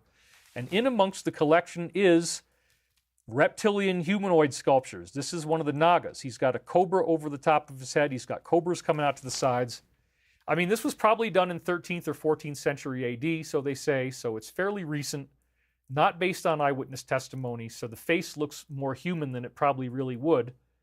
But again, this is just new sculptures they dug out of the ground, and once again, it all happens right during the solar flash, and it's talking about reptilians, because in the Hindu tradition, they are described as Nagas, and they're reptilian humans. On the same day, we had this headline about a liquidity crisis at the Oscars, top headline on Zero Hedge. They went woke, facing liquidity crisis, launching a $500 million fundraising drive as viewers flee. And to think Ricky Gervais could have saved the whole thing for much less. So then we go into May 11th. And at this point now, where the U.S. power grid and communication networks survive an extreme geomagnetic storm. There again is that beautiful picture of something that really did happen. It says, major geomagnetic solar storm happening right now, biggest in a long time. Starlink satellites are under a lot of pressure, but holding up so far. So there was some fear out there. Oh my God, what if it's all going to happen right now? What if our grid is going to collapse? What if we're going to go into this extinction condition? You know, I just said, if I'm still here on Sunday, maybe I'll do a show, but my life, I'm going through so much hell. You know, I had this dream about the deal going wrong, and it compared one of the parties involved to Hannibal Lecter. And then all of a sudden, the Alliance does a Hannibal Lecter callback. Now, nobody would have known this because I didn't make it public unless they could see inside my computer, and I believe they can, just like with everybody else. That's just something we all have to deal with now. There's no real privacy. Anybody in the intelligence community can see inside and look at what you're doing. So I had this very disturbing Hannibal Lecter dream that was a prophetic glimpse of what was going to happen, that these guys are going to ask us for something that, you know, even if we wanted to do it, we can't by national security. So they just ask us for things we can't do. And again, I'd love to work it out with them. It would be great. Let's hope they're going to do it. They already put money in escrow, but then they hit us with these unreasonable things we can't even legally do. Okay? So I had a Hannibal Lecter dream, and then all of a sudden, Ezra posts this. Liberals are losing their mind over Trump mentioning Hannibal Lecter. Trump should have just compared Hannibal Lecter to John P. They have way more in common. So sure enough, if you look at the speech on the top left there, he mentions the name over and over again during a political speech. And this was a direct, obviously to me, it was a direct message right after Like Father, Like Son, which I acknowledged in my journal. Thank you guys, that was amazing. I hadn't even thought about the fact that the pictures look the same, but there you go. The drawing that I made and then the picture of Barron. So this was another one, just, oh, we got another donation. Diane, $10. Hope this helps. Thank you, Diane. Probably a good time to read a little more of these. They see inside my computer. I have watched videos vanish right in front of my eyes. Yes, I will also point this out. Without getting too specific, I have different internet service providers. One of them is a local company that gives me, I can do whatever I want. Another one is a big telecom. The big telecom company edits pages in real time. They've done it over and over again. I have to disengage from that internet connection. I have to get onto my local broadband, and then I can load the page and everything's fine. But like Rumble never works. Certain websites never work. Certain Twitter pages never work. And even I've seen them edit out paragraphs. Like I always scroll through an article really fast because some pieces of it disappear. Or like another thing that happens a lot if I use the big telecom internet is that the comments won't come up. They just, sorry, these are not visible right now. So they actually edit in real time. It's very much like China, and this is actually happening. So yes, you're right. So it says they are using unauthorized screenshots of a guy's phone in court as evidence of his crimes. He didn't know they were taking screenshots of his phone. Private apps do not work with screen access. Daisy Alvin Fred has donated. I think he is suicidal. We as fans need to help. Well, that's absolutely not true. I don't know who you're talking about. If you're talking about me, it's not true, but thank you for the donation anyway. David, is my Roth IRA safe? I do believe that the whole financial system will reboot nicely as this goes on. Nothing is a coincidence, says Marco Solis. Nessie Mills says you will get the money and be able to do it. It's a question of when, not if. I do believe that, and I think we're really, really close. Gabber Beast TV says, David, can you please share with us the dream you had with Archangel Michael and how if we bathe in our own urine, we can gain superpowers? What do we need to do this? Well, we're not actually talking about so-called urine therapy right now, but yeah, so I did have a protocol that Michael had me doing where I would be in the bathtub every day for like a half an hour. It was a heavy metal detox. My father was exposed to Agent Orange, which is dioxin in Vietnam. And so doing the bath does help, and you urinate after you've drank new water. You urinate before you get into the bathtub, and then you drink new water out of a glass, and when you're in the bathtub, you can do a little more. And there are a certain amount of cells in your urine that are your cells, and so it creates a telepathic transmedium effect in the water that gets you into what I call stretch space or time space. For me, I call it stretch space because it's very stretchy. Crystal P donated $100. Wow, thank you. That's incredible. That's here right in the red one. And the solar flares are really shedding some light. My guitar ascended into Jerry Garcia's hands and he played flawlessly. God saw it and said that it was good. Ha ha ha ha. He bathed in his pee-pee. Okay, well, that's the very highbrow commentary that we got here. Sauna is great for detoxification. Hey, David, open up applications for moderators sometime. Many of us would love to help your YouTube. Yeah, we'll do that. We definitely want to keep moderating. David is wearing a CIA nose-pinching disguise. Okay. David, thank you very much for sharing the information with us. Many blessings to you, my friend, says Gabber Beast TV. And then it goes on and on from there. So I gotta keep moving. People are going to get mad. Anyway, let's go back over here.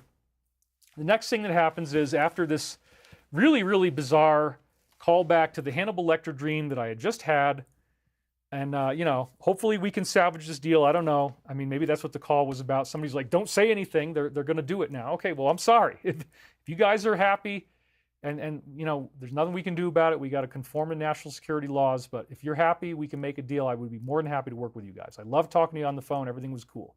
Up until this letter came in. Well, we can't agree to these terms. I'm sorry. It's just not available to us. All right, so next thing is, on May 12th, now this solar flash that started on May 9th has created an extreme geomagnetic storm. And as I said, I was getting these northern lights or whatever, vacuum phenomena, lights without lightning, ball lightning is appearing right outside my window. Every minute there's this big flash, about 7 pulses all at once. It was incredible. That's probably because of the geomagnetic storm that's going on right now. It was just this morning I saw it. And that doesn't usually happen when I get up in the morning. There isn't usually flickering lightning outside. So again, it says, severe to extreme geomagnetic storming is possible again later today, according to the NOAA Space Weather Prediction Center. I was already seeing it this morning. And today is May 12th. So they are saying it will be more intense. The G5 rating is considered extreme and is the strongest level of solar storm, and they are still warning us about blackouts. So yeah, they would love that if it was a blackout. They need that right now. They really do. So then they say, HAARP is being defended on May 12th for some reason, and so we're going to zoom in on this at the bottom. He says, please rate this community note as not helpful. The contributor is trying to defend HAARP for some odd reason. This note provides no proof. These people are so desperate that they contradict themselves in the notes section, so please help us by rating this as not helpful. It is true that HAARP had announced testing. This is what the community note says. However, the current aurora can be traced directly to coronal mass ejections, which were seen to flare on the 9th.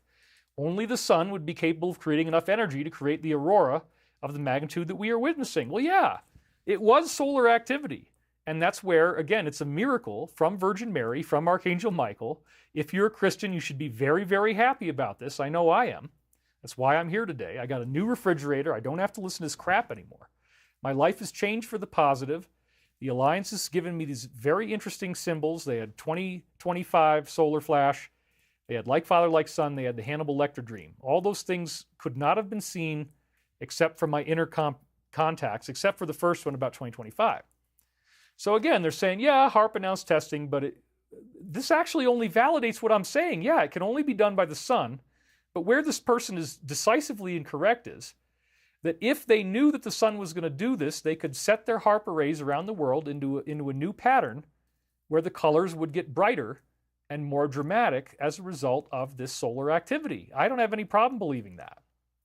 So that's what I think is going on. The deep state probably did this on purpose because they want everybody to be freaked out, think it's the end of the world. They wanted you to think this is the first wave of ascension. I only think it's a precursor. This was not that event. I didn't have any sudden cosmic God consciousness download, which is what we're expecting to happen. So then another really provocative thing happened today, which is Hillary. I just saw this right before the show. I had to get this in there. It's part of why I was a little bit late, and I apologize. Hillary calls off the attack. The one that is going on now and currently in New York is really about election interference. Whoa! Hillary Clinton issues desperate plea for political prosecutors to resolve the trials before the November election. Can you even believe that she actually did that? Like, why in the world would this actually have happened? Well, it's probably because we already know that nobody is buying into this stuff, and the newest case just fell apart because the woman under testimony made admissions that she hates him and that she never intends to follow the rule of law and pay off the judgment. So that's essentially fatal for what's going on here. It's a fatal move, and they know it, and so it's like, darn it, we blew it, and nothing's going to happen. And then yet another really provocative thing that happened today is from Keith Olbermann, who had a very sassy mouth, and he disses the alliance. And so here's that post. He says, oh, here come the Q blah, blah, blah shitheads. And then and then SOE responded back to him, shut your mouth. And then he says, Keith Olbermann commented on my ex-posts about John and is actually defending him. Whoa. Yeah, probably not a good idea right now to defend that kind of a situation. The optics are not very good. So now, before we get into my weird poem, I want to read your comments. This is stuff that you guys put on my own Twitter page this morning. As I put all this stuff out there for the world, you guys stepped up and ramped it up and gave me some really interesting information. So here's one of them.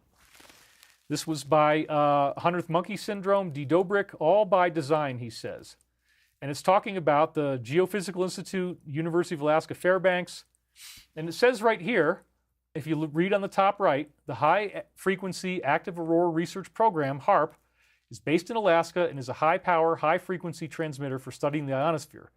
According to the search results, HAARP has announced that they will be conducting tests from May 8th to May 10th involving transmitting high-frequency radio waves into the upper atmosphere and ionosphere, which can cause the ionosphere to emit light and create artificial air glow. And again, it's only creating a climate that makes it much better for the solar activity to create color. So this person gave a really good point. So here's another one, Lemony Snicket. This was my experience 4 days before we got our planetary light show. My date and post can be verified by looking at my page or searching the keywords with my username on X, First Photo. And he says, holy shoot, I posted this 4 days ago prior to all the Aurora Borealis showing up, WTF. And it says here, I can't read the whole thing, something came from my left, entered my whole body, a very different kind of light I see from the orbs. I've ruled out logical explanations like light from outside or anything like that. I saw what I saw. Things like this are becoming very frequent for me. And I actually had orbs in my bathroom today. Same thing. Funny thing is, I'm not getting surprised as much anymore, too. Now, after I finished this, I saw a very interesting kind of light from 2 golden orbs, very different kind of light, as well as confirmation, because I was just doubting myself. And then he said, the skies will be filled with the Aurora Borealis globally. I've been saying this since 2018. LMAO, this is finally happening. So yes, there's another example of somebody just like me. In my last show, I was predicting the Aurora Borealis. He went with it. Lemony Snicket did the same thing. And then just a couple days later, we actually have one. It's absolutely amazing. Finally, we have Paulie Lasco. I was previously thinking about asking you about the sun. One of the weird aspects of the events regarding the sun during the last 2 months was this artificial-looking daily slump on the solar X-ray flux. It started 5 or 10 weeks ago. It occurred daily, and after the sun started to emit the solar flares, it stopped. It is as if an outside force stimulated the sun to start this process. You can see there's these sudden drops and these sudden peaks. And so yes, this could very well be the result of the sun having an intelligence, because I do argue that there's a cosmic intelligence in the universe. And so the sun could be a part of that cosmic intelligence, same intelligence that made me decide to borrow Trump slippers, okay? It's that kind of intelligence. It's that kind of intelligence. Just joking. Calm down.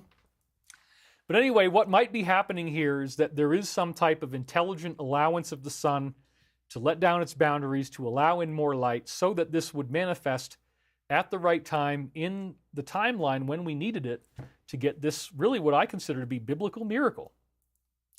And so last but not least, on May 12th, just now, on the Telegram channel, once again, they announced something stunning. The U.S. military has closed down HAARP, and apparently they have the ability to do this. So let's zoom in on this a little bit more. It's only got 13,000 views so far because it just happened today. Conspiracy theories abound as U.S. military closes HAARP. The U.S. Air Force has told Congress it intends to shut down HAARP, a controversial Alaska-based research facility that studies the upper atmosphere.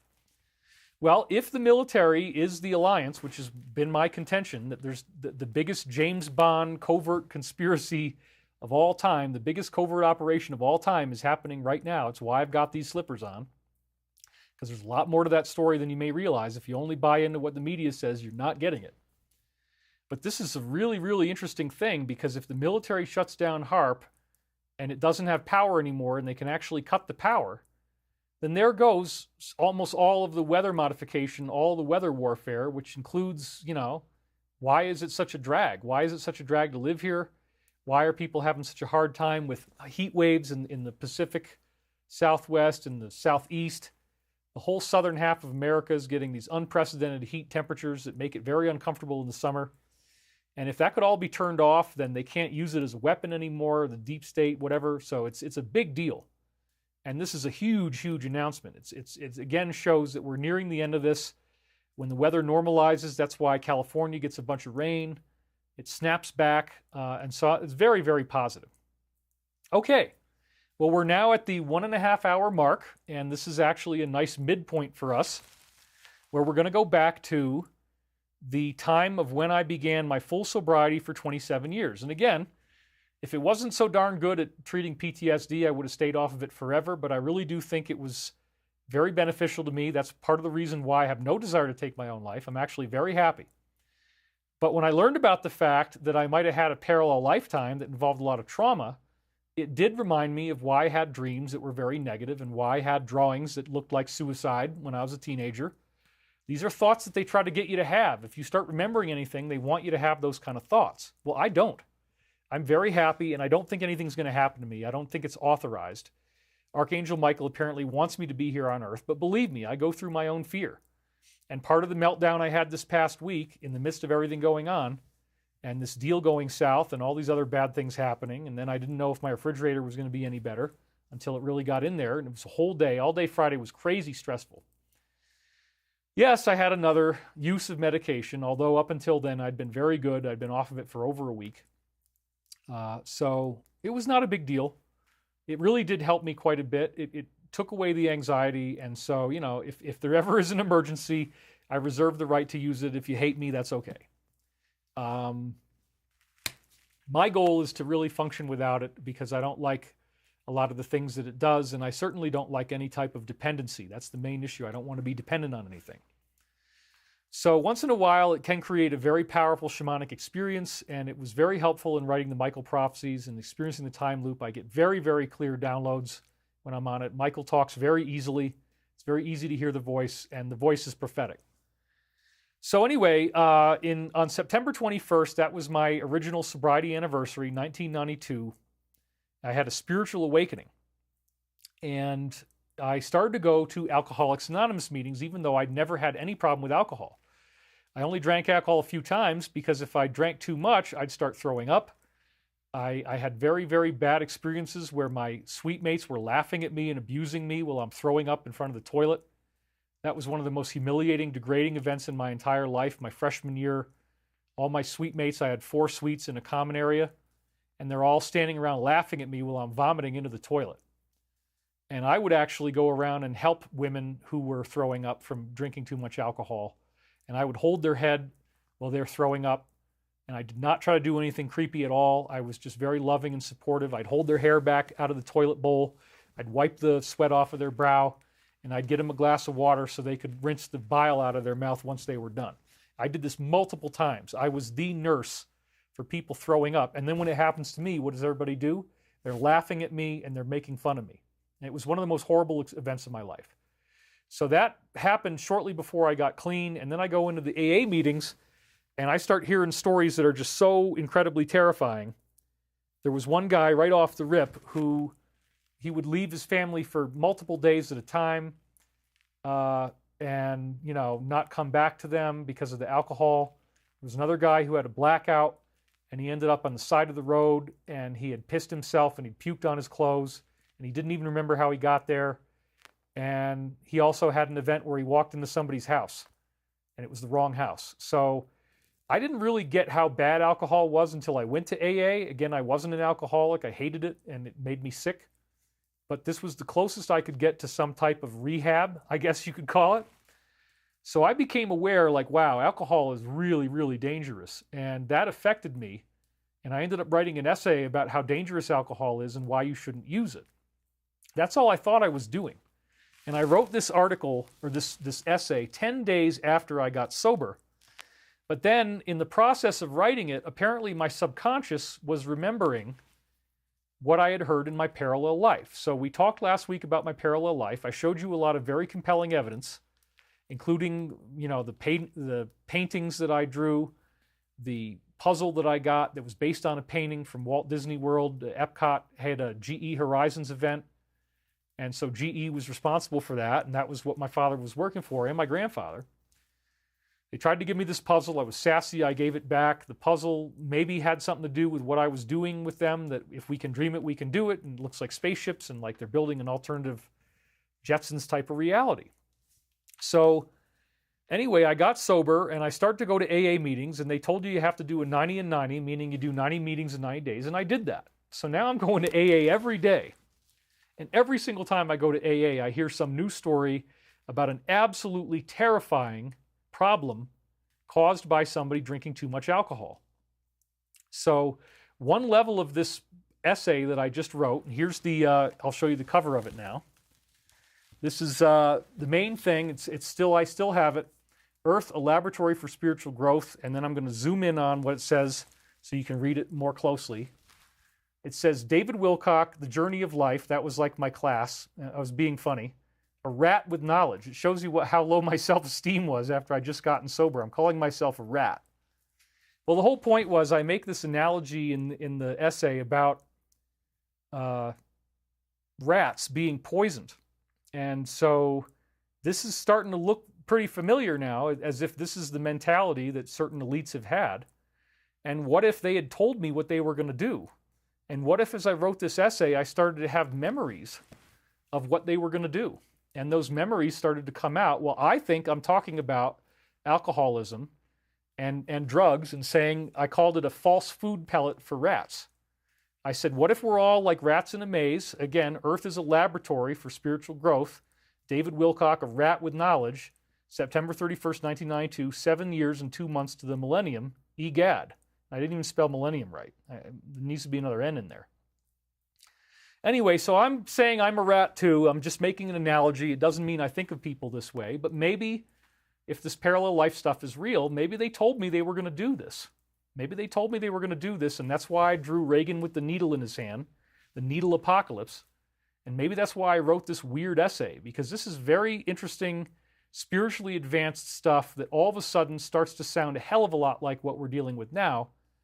And that's probably because they told me what they were going to do. I remembered it on some level, and my subconscious is burning to get this information down on paper so that later on we can talk about it, and you'll see that it's a prophecy. Now, in my story, apparently I was parroting their goal, which was 2/3 of the population gone by doing this. That's probably what they told me. Because remember, they did the Georgia Guidestones back in 1980. And so by the time I was involved, they had this plan well underway. They'd already started doing it, putting toxins in all different sorts of things that are everyday things that we have to deal with, like food. So I decided this. I spent a long time formatting this. I'm literally going to read you the whole thing. So it's not going to be very visually exciting. Probably the best way for me to do this is just to keep the text on the screen. I'm going to pop in and out. And what's going to happen is that it's not only that it was parallel life memories of what these people were going to try to do to us, which thankfully has failed for the most part, but then there's also an Archangel Michael level that comes in. I had a profound spiritual feeling of resonance as I was writing this, and it really kept me feeling very spiritually high and enlightened as I was doing it. And so there's one layer of it that's like the deep state thinking of us this way, like we're rats, and that they want to exterminate them, and that they want to use poison. But then there's another level of this, which is about the higher perspective, and that this is all part of a non-catastrophic ascension process, which is Michael's main message. But again, here it is, 1992. I have the original. We can forensically date it. I would not be able to have the time or the desire to go try to find old computers and print this on a dot matrix printer. You can see how crappy it is. The 16-pin or whatever it is, 16-pin printer. I don't know how many pins it is, but not very many. But anyway, dot matrix. It had the tractor paper on the sides. There's these extra paper on the sides that you have to peel off, and it's got holes in it so that it can run through the printer. It wasn't like a sheet feed situation. So I'm going to read this to you because, again, the context is I just got sober, and then all this weird COVID stuff comes in. But it also has got a lot of Michael stuff in it as well. And again, I compare the Earth to a laboratory and I compare humans to rats. It was just a philosophical exercise. It doesn't mean at all that I think of people that way. Exactly the opposite. But it may have been a memory of other people talking to me about humans this way. This may have been a memory of that they saw it as an infestation, they saw it as a plague, and they saw it as something they needed to do something about. All right? So this is very, very compelling evidence as far as I'm concerned. So let's dig into it. Are you ready? Here we go. So here's the first page, and I'm just going to go in paragraph by paragraph now. Life. What the hell is it? Is that too much to ask? Why are we here? Is there some form of divine purpose behind our existence? Or are we just here to work our 9-to-5 job, make technology, and destroy the earth? It cannot be that simple. I believe there is an overwhelming purpose to our existence here. I mean, think about it. It has been mathematically proven recently in a book entitled Was Darwin Wrong? That it is absolutely impossible that the complexity of a DNA molecule could have evolved from a few trace elements of nitrogen, hydrogen, carbon, and oxygen. Now, what's interesting about this is that, you know, I had read this book in 6th grade, and then now it's a big part of my thing, that DNA is you know, not just randomly evolved, but it's actually a comprehensive, energetic manifestation that comes out of quantum mechanics itself. The book had a convincing argument that basically proved there has to be some form of higher intelligence that interceded on our development. Every DNA molecule has all the information encoded to produce a human being, right down to the dynamics of their brain circuitry. Nothing this complex could have simply evolved from single-celled organisms, and they have the equations to prove it. Though it has not been sensationalized too much, this is basically the first mathematical and scientific proof that God, or perhaps an entire society of gods, exists. It is entirely possible that they could plant the seed of genetic growth on a suitable planet, and evolution could take place as that seed grows. But just as in the case of a tree, every seed has to have a creator. It is foolish for us to be so blind as to assume that we were created in the form of our creator.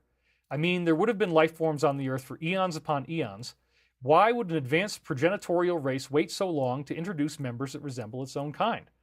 This all sounds very much like the stuff that I'm talking about now. It's really incredible just how accurate this is to what my work ended up talking about later on, and I don't think that's an accident. Here is an interesting thought. There's a puzzling mystery in the science of the study of humankind, anthropology, that no one has the answer to. In the period of little more than 100,000 years, a millisecond in terms of the Earth's age, mankind went from being like primitive apes to developing society, tool-making, and heightened intelligence, i.e. ascension. Anthropology also points out that the human brain has a more advanced cerebrum structure than any other animal, which in a short amount of time paved the way for us to think highly advanced thoughts and develop speech and languages far more advanced than the clicks and grunts of our predecessors. This means that in a heartbeat relative to the age of the Earth and of humankind itself, our brains underwent a stupendous, unexplainable degree of growth. Instead of trying to explain this fascinating bit of information, scientists just tuck it into the pantry as another mystery yet to be explained. But if you think about it, this is even more proof that there is an outside force that created us, is possibly monitoring us, and takes certain steps in allowing us to develop by interfering with our natural circumstances. So there you go. This is, again, it's Ascension 101, the basic idea, higher intelligence, that the Earth is managed, that it's a laboratory for spiritual growth, that we're all here to learn something. That is the only logical explanation for the mysteries of DNA's evolution and the unbelievably rapid evolution of our own minds. In many ways, our technology and love of earthly knowledge has made us more primitive than we had been at one point. We rely so much on logic, information, and the tangible, things we can touch, see, and smell. But in older times, being animals in the wild like everything else on Earth, we were forced to rely more on our intuition, hunches, messages from our spirit. In a way, this is far superior to living than what most people are doing now. Our spirit has become buried under the information age, which is as new to us as to be a millisecond in the age of Earth. How does 300 years stack up against billions of years our planet has been here? We think logic is the answer to everything, the ultimate truth. But when it comes to the genetic evolution of DNA, or the sudden unexplained spurt in our brain growth, logic is simply put on the back burner, and the problem is dismissed as a mystery. This is an important concept because it shows us how inadequate logic really is. There are so many unexplained things on our own world and in the rest of the universe that it is preposterous for us to think that we know, or perhaps ever even could know, everything that is going on. Likewise, it is preposterous for us to pass judgment on any concept concerning the spirit world.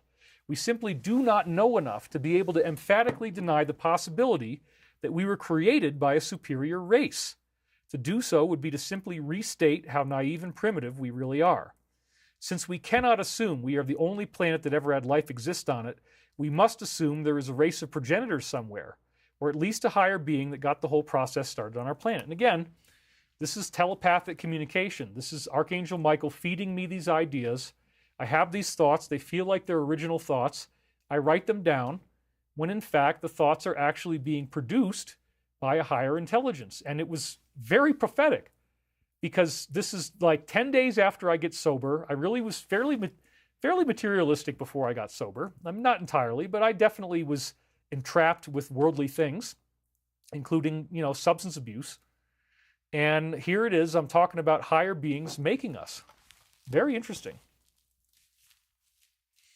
Looking at this, you have to wonder about this progenitorial race. If we are their creation, that makes the Earth sort of like a huge laboratory where they planted some form of information seed that allowed our DNA to progress to where it is now. Evolution alone could not have created anything so infinitely complex. Any society or individual who would go to that kind of trouble to create life would obviously be very interested in how it progressed and what happened to it. They would want to know what succeeded and what failed, what works and what doesn't work. Perhaps the laboratory that they've created, whoops, let's go back to the slide here. Which one is it? Yeah, okay. Perhaps the laboratory that they've created by planting the seed of encoded genetic knowledge on Earth is a research project designed to test out different designs and prototypes that could eventually be used in other vicinities of the universe as well. They could test things out on us and by learning from our mistakes, hopefully produce better, more successful genetic seeds for other vicinities as well. Very, very curious, right? Here's the next page. And we're going to zoom in on the top now. Any society, advanced extraterrestrial, that created a planet, or at least all the life forms that inhabit it, would want to keep an eye on it. They would want to monitor each creature separately to find out how that individual reacts to the laboratory they designed, trying to produce the ideal species of creature. Therefore, it seems to make sense that the progenitors would want to try to steer each creature towards an idealization of perfection, eventually producing a society that could grow and expand without destroying itself.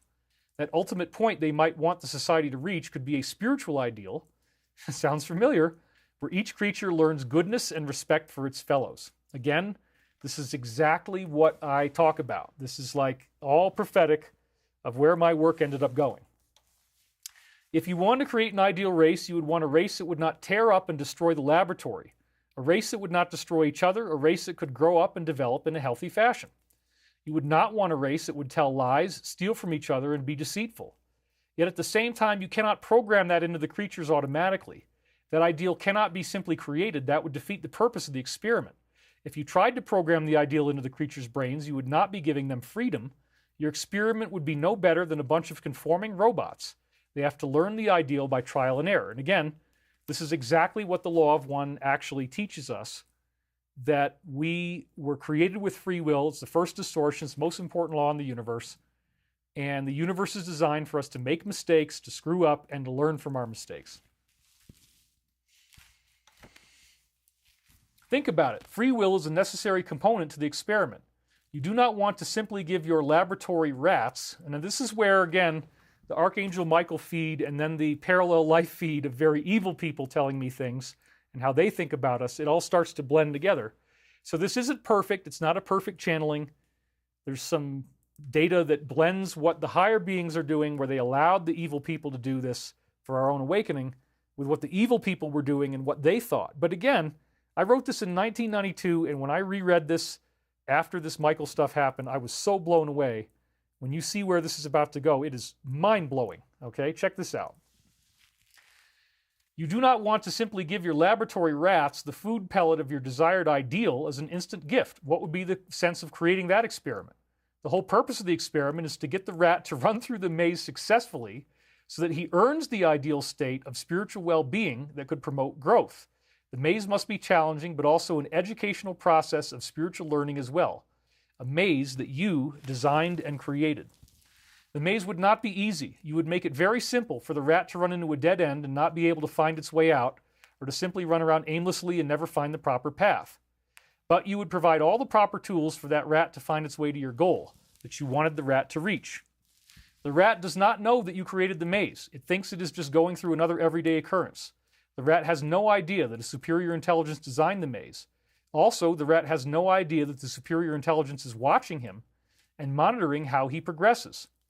But some rats might never reach the food pellet of spiritual enlightenment and ascension, is what we're talking about here. If your maze is quite complex and difficult to solve, the rat may wander around aimlessly, never learning that there is a food pellet of ascension, again, somewhere at the end. That's what I'm describing.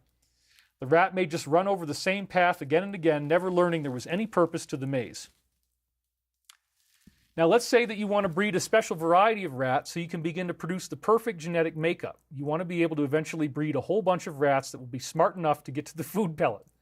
If there are, sorry for the profanity here, if there are some rats that keep on screwing up and never reach it, you do not need them. Maybe a vast portion of your test subjects cannot adequately get through the maze you made. They do not realize there is a reason for them to be inside the maze. This may be, here it is folks, let's say for apocalyptic proportion's sake, as many as 2/3 of all the rats in your experiment. You created the maze and the rats are your subjects. Maybe 2/3 of them, like in the Bible, end up not making it because of this test that you run on them. You take the rats that you don't need and you kill them off by arranging a gas chamber or some such thing. Well, it's not exactly that, but I mean, you see where this is going? 2/3? Whoa. And again, this is stuff that somebody told me that was in my subconscious from somewhere else, I think the parallel lifetime. Since the rats did not know that you made the maze, they would perceive this widespread death as a terrible catastrophe.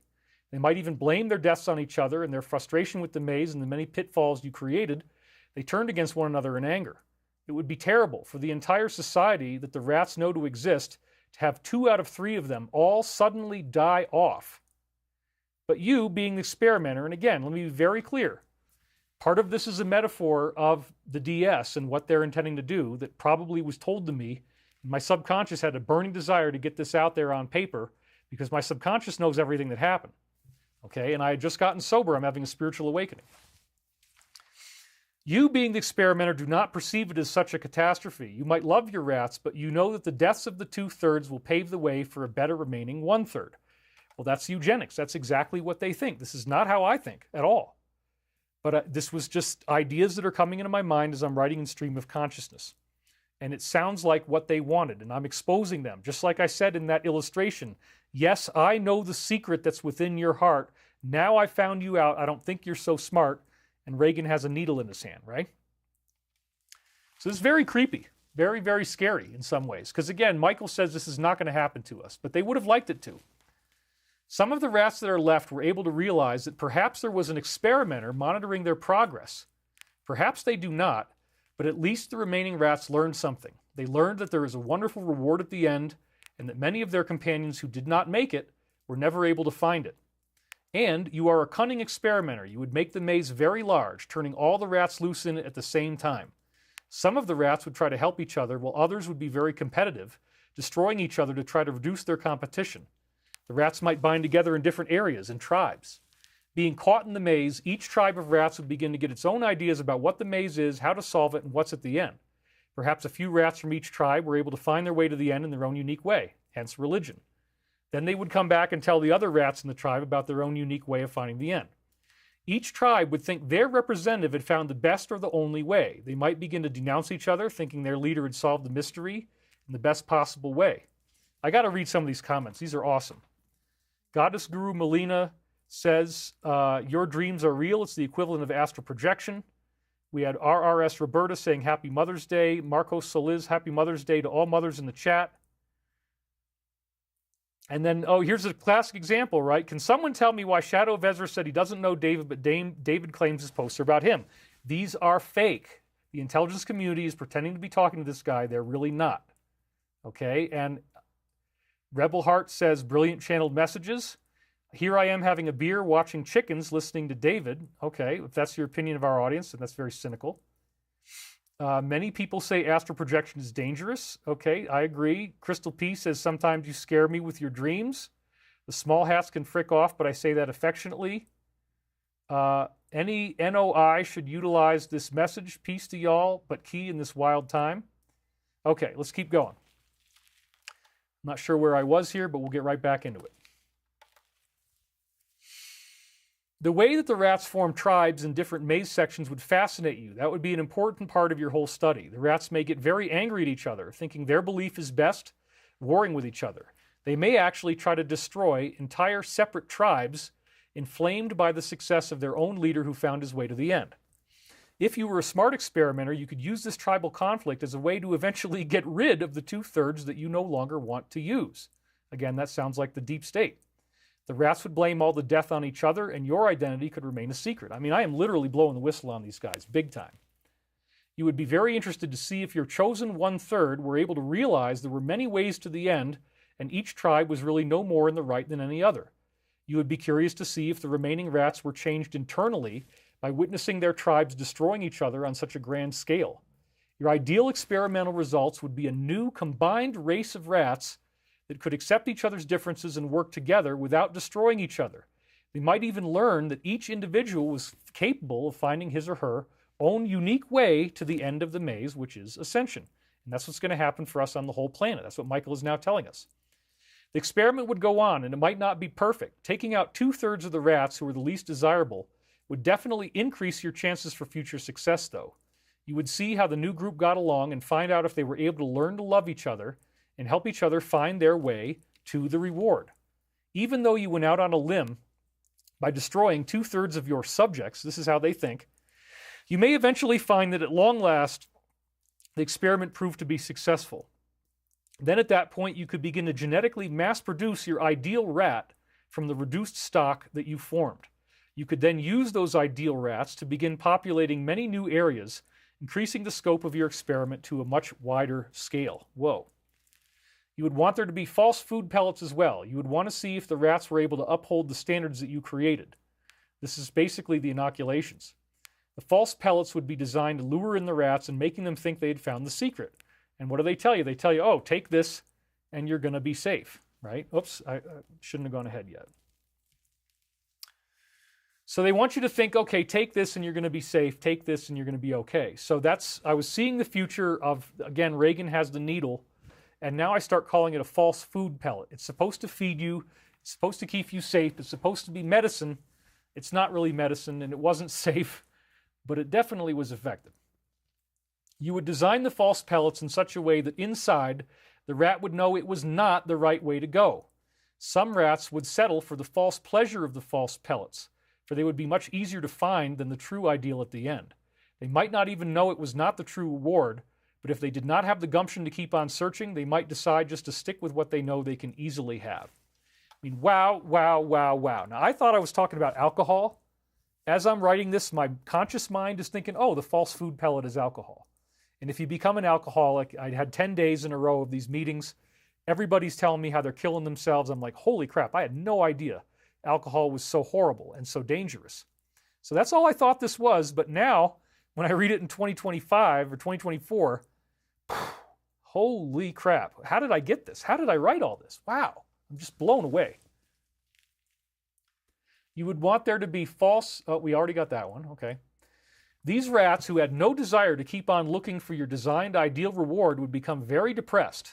They knew that they really did not find the final reward, but they were too afraid to give up the comforts of their special spot to go back out into the harsh reality of the maze and try to get through all the pitfalls. These rats who lost a desire to find total attainment would not be good breeding material. In your cunning research technology, now this is me totally exposing the cabal, right? Absolutely. In your cunning research technology, you designed the fake food pellets to be very satisfying and easily accessible. This is the second paragraph down now.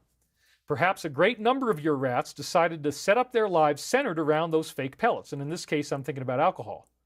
They fell in love with the false pleasure that those pellets gave them. But, you know, people got really obsessed with the inoculations too, and they'd build their whole life around it. And why haven't you done it yet? And if you don't do it, you should be incarcerated or you should be held in a camp or something. And people were really falling for this. You designed the fake pellets to be very enticing so that you could capture all of the rats who did not have the necessary degree of strength into your trap. The lousy feeling that those rats had inside would be a motivator for them to do all the nasty things that you don't want in your ideal rats. They might destroy each other in their greed for the fake pellets, competing with each other for the small amounts that you set out in the maze. I mean, this almost makes me cry. It's so crazy because that's exactly what happened. People were fighting, and they were fighting over whether you take this treatment or not. Unbelievable. Those rats might lie to each other and steal from each other as well. You design the fake pellets to be very addictive, and the rats may become so immersed in those pellets, like boosters, right, that they become the most important thing in their lives. The rat families have a few members who had found small amounts of the fake pellet and got hooked. Now I'm definitely talking about alcohol and drugs. Other members of the rat's family may not feel that they need those pellets, looking towards the true success of those few members of the tribe who found the real pellet at the end of the maze. Although they do not have the true pellet yet, their desire to seek it supersedes their urge to end their quest and settle for the fake pellet. Is this not exactly what we've been dealing with? Is this not exactly where some people said, I don't care what the world says, I don't care what the TV says, I don't care if everybody's against me, I'm not taking the false food pellet. I know it's not food. I know it's a poison. I'm certain of this. Well, again, if you did take it, you're going to be okay. Michael has us all covered. You only got to hang on for another year. The member of the family who does become dependent on the fake pellet may not want the rest of his family to know. He may decide to lie about his addiction to the consumption of the fake pellet, hiding the fact that it became the most important thing in his life. If one day the mother rat discovers a piece of Daddy's fake pellet sitting in the bottom drawer of his bureau, she may become very angry. She may not realize that the pellet became more important to him than the rest of the family. Therefore, she is very surprised by Daddy's violent reaction when she confronts him about it. And I was hearing all kinds of stories like this in AA. Okay? People get very angry when they find out. When they're caught. Caught in a lie, Daddy Rat's reaction is swift and hostile. He may run out on his family. I heard all these stories every day. Seeking to continue his relationship with the pellet he loves the most, rather than the family that does not give him the same satisfaction that this enticing fake pellet does. He may even abuse his wife, his anger being very great, when Mommy tells him that he has to abandon the thing he loved the most. Daddy Rat goes back to the hangouts where all of his fake pellet-eating buddies hang out. Since they all love their pellets more than anything else, they understand his anger. They may even pay for his pellets for a while just to cheer him up. And didn't they do that? Didn't they do that with the inoculations? Didn't they pay for it? Yeah, they did. They pat him on the back and tell him everything's going to be okay. At least you still have your fake pellets. But inside, Daddy feels terrible. He loves eating the fake pellets and the temporary happiness they bring, but he knows it is not the real true pellet that awaits him if he can find his way through the maze. Daddy Rat does not understand the nature of the experiment he has been placed in. The experimenter designs the test environment so there is a lot more to the puzzle aspect of the maze than just a series of corridors. The experimenter designs the test environment in such a way that things happen in the lives of the rats that are designed to correct them when they have done something they know is wrong. This is the true nature of the maze and how the rats must eventually learn how to solve it. The maze has nothing to do with running through corridors in the end. That is a mere distraction from the true puzzle. The experimenter is in infinite wisdom, has designed the puzzle so that every time the rat does a good thing, this is karma now, good things happen in the rat's life seemingly by chance. The rat who helps the old lady cross the corridor finds a valuable piece of jewelry sitting in the grass as he walks home. The rat who tells the truth to his parents discovers that the lady rat he likes in school has told him the truth about how she feels about him, and he falls in love. The rat who is able to give up the false food pellet and begin his quest again begins to have much better things happen in his life. His luck seems to have miraculously changed. He feels better about himself in the end, and things start to go the way he wants them to. He meets better people than the guys who were addicted to the pellets, people who love themselves instead of a substance. This is all recovery now. By meeting people who love themselves, he is not prone to be stabbed in the back by his companions like the guys he used to know, who he thought were his friends. Those guys in the end were only loyal to their fake pellets above all else and would trample over any other rat to get them. This is exactly what the experimenter wants Daddy Rat to discover. That is the true nature of the maze. The experimenter designed the maze on the basis of absolutes. Every time a rat does a bad, undesirable thing, something the experimenter does not want in the final genetic stock, the experimenter designed the maze so that something equally bad and undesirable will happen to the rat. That becomes the balance of nature that the maze is formed upon. It is all a series of absolutes, like a scale constantly having weight put on or taken off. The experimenter wants the scale to forever remain balanced in a straight left-right horizontal plane. And the law of one talks about the balance all the time. The more weight the rat puts on bad actions, the more bad events the experimenter has to deal out on the other side of the scale in order to maintain balance.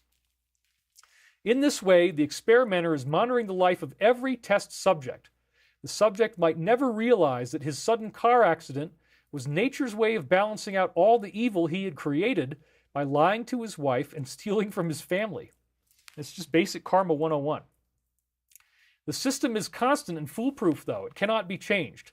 The longer the rat goes on doing bad things and the worse things he decides to do, the worse events the experimenter has to deal out to him. The rat is only further hurt and angered by these events, calling them instances of bad luck or hard times, or saying nothing ever goes right in this world. It's a sticky, very complex business, and the experimenter often has to think very cleverly to design the events to create appropriate balance. The longer the rat fails to learn his lesson, the more creative the experimenter has to become, finding new ways to maintain balance as the rat's actions weigh down heavier and heavier on the scale. But this is the true nature of the puzzle. The more you fight against this series of absolutes, the more lost and confused you become within the labyrinths of the puzzle. Here is the true nature of the design. The experimenter has designed these absolutes to be equally rewarding or painful depending on how you choose to act. The experimenter is an infinite wisdom, has designed the puzzle on an input-output basis. If the rat does good things, the design of the puzzle is that it will reward him with something else equally good. The more good he does, the more good happens to him from unexplained sources, which is the experimenter. The more good he does, the more it seems he has unexpected good luck, is able to get what he wants, and remains free of disease.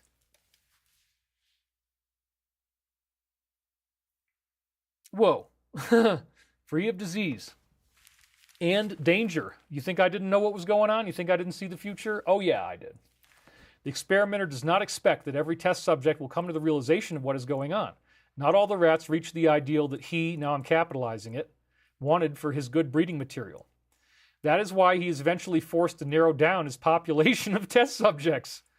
So again, the higher beings allowed this to happen. They allowed us to go through this, and you can't get around that, okay? So they allowed this to happen, narrow down the population. The higher beings decided that this had to be done to create the non-catastrophic ascension. But again, it's not 2/3. That's what they wanted.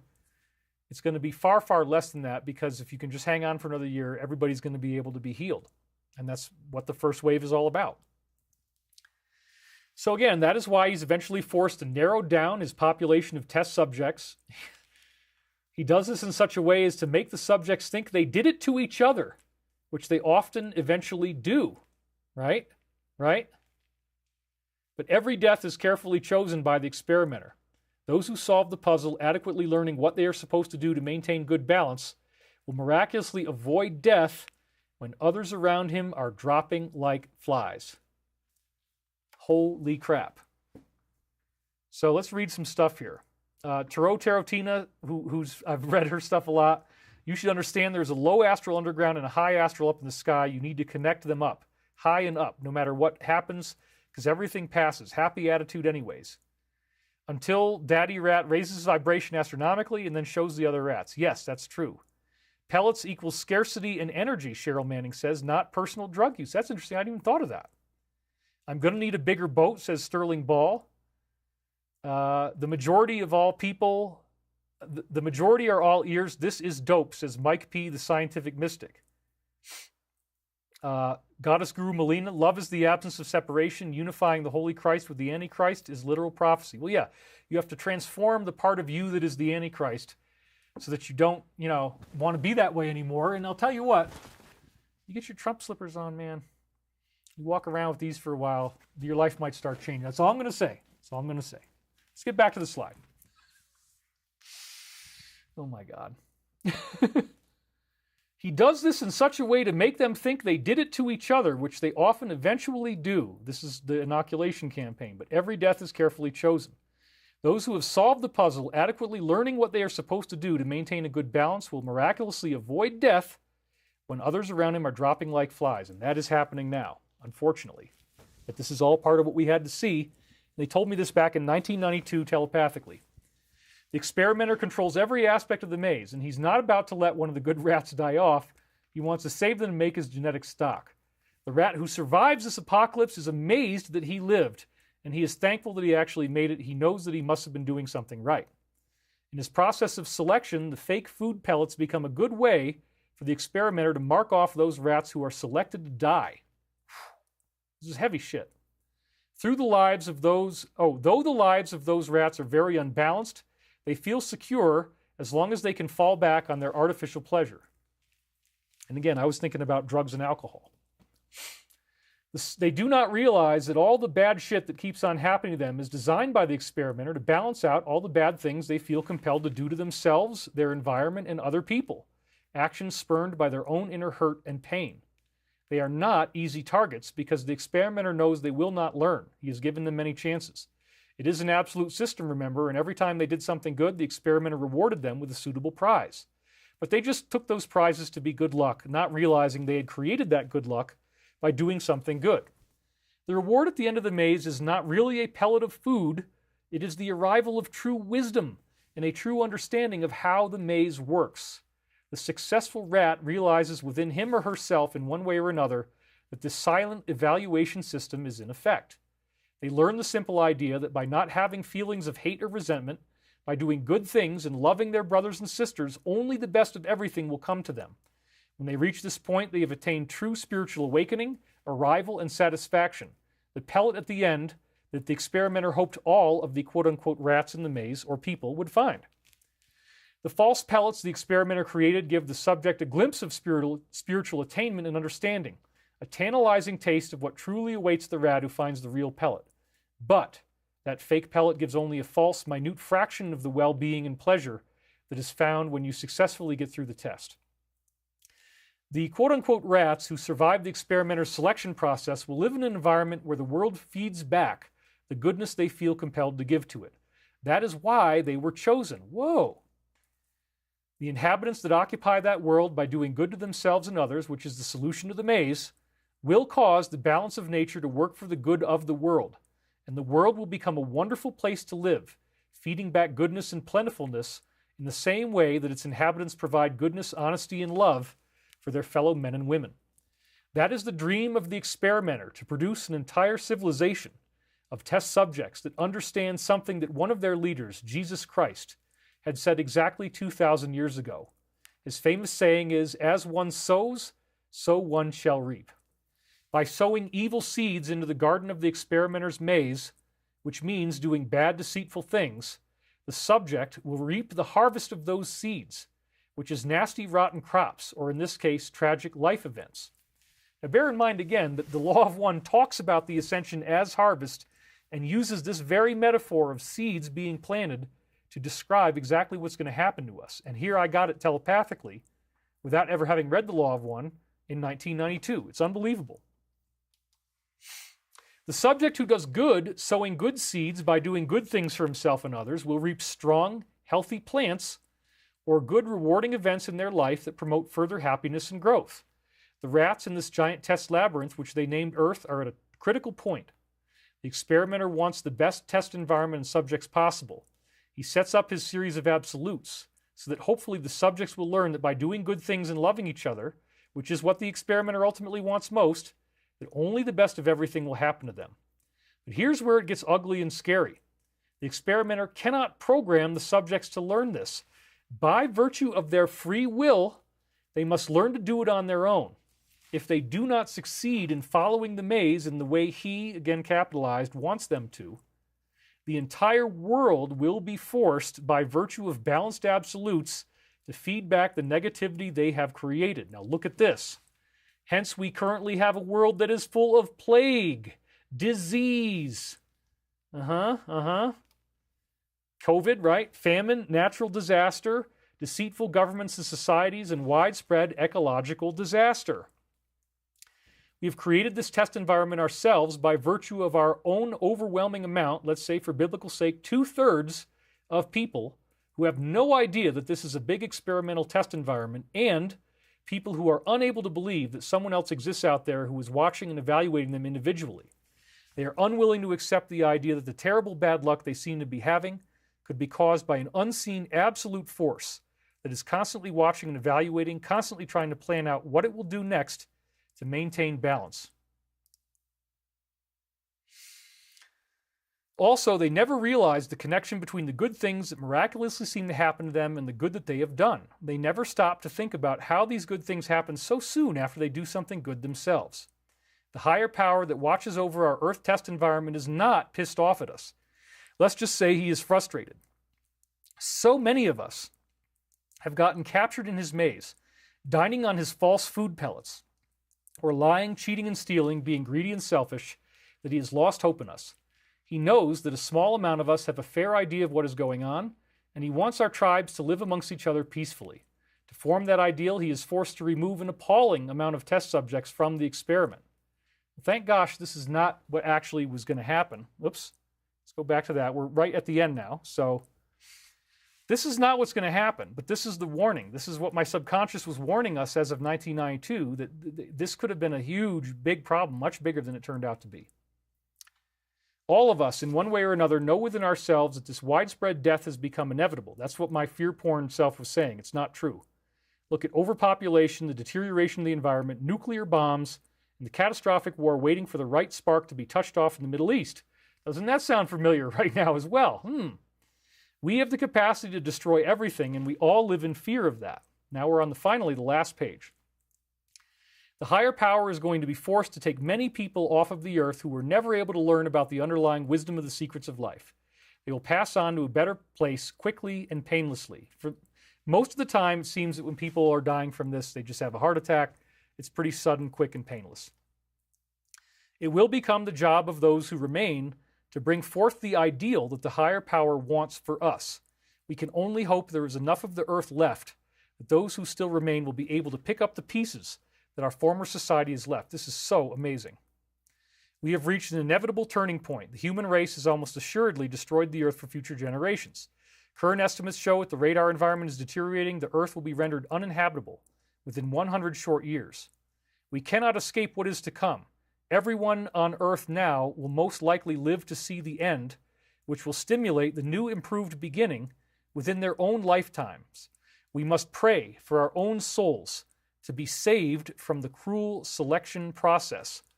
Where did I get all this information from? How did I know all this stuff in 1992? Isn't this pretty darn accurate sounding?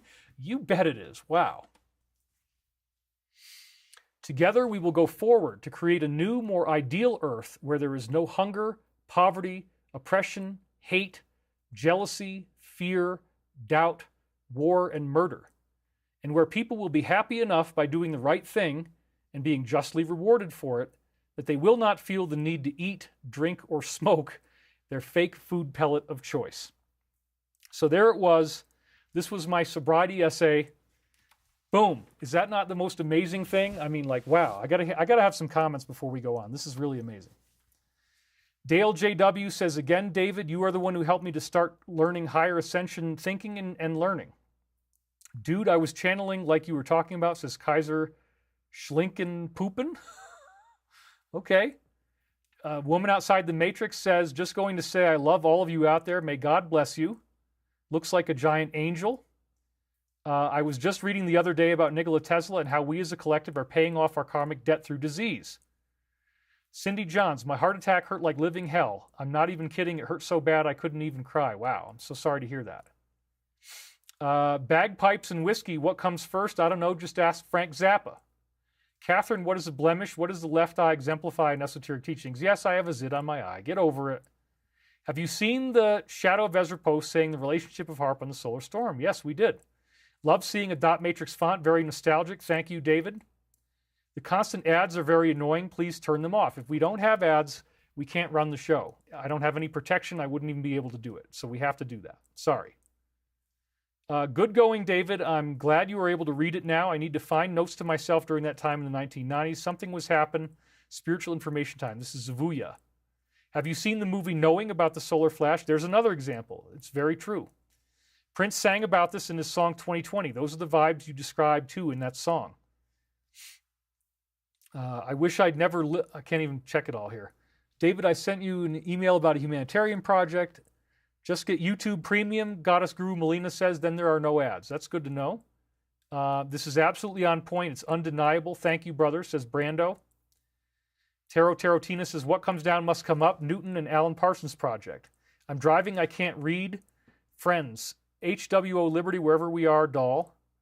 Crystal P says, this is blowing my mind. Cheryl Manning says, pellets equals scarcity and energy, not personal drug use. Nikola Tesla lives. So I guess we can interpret it how we want. It's meant for you, and what are you going to see?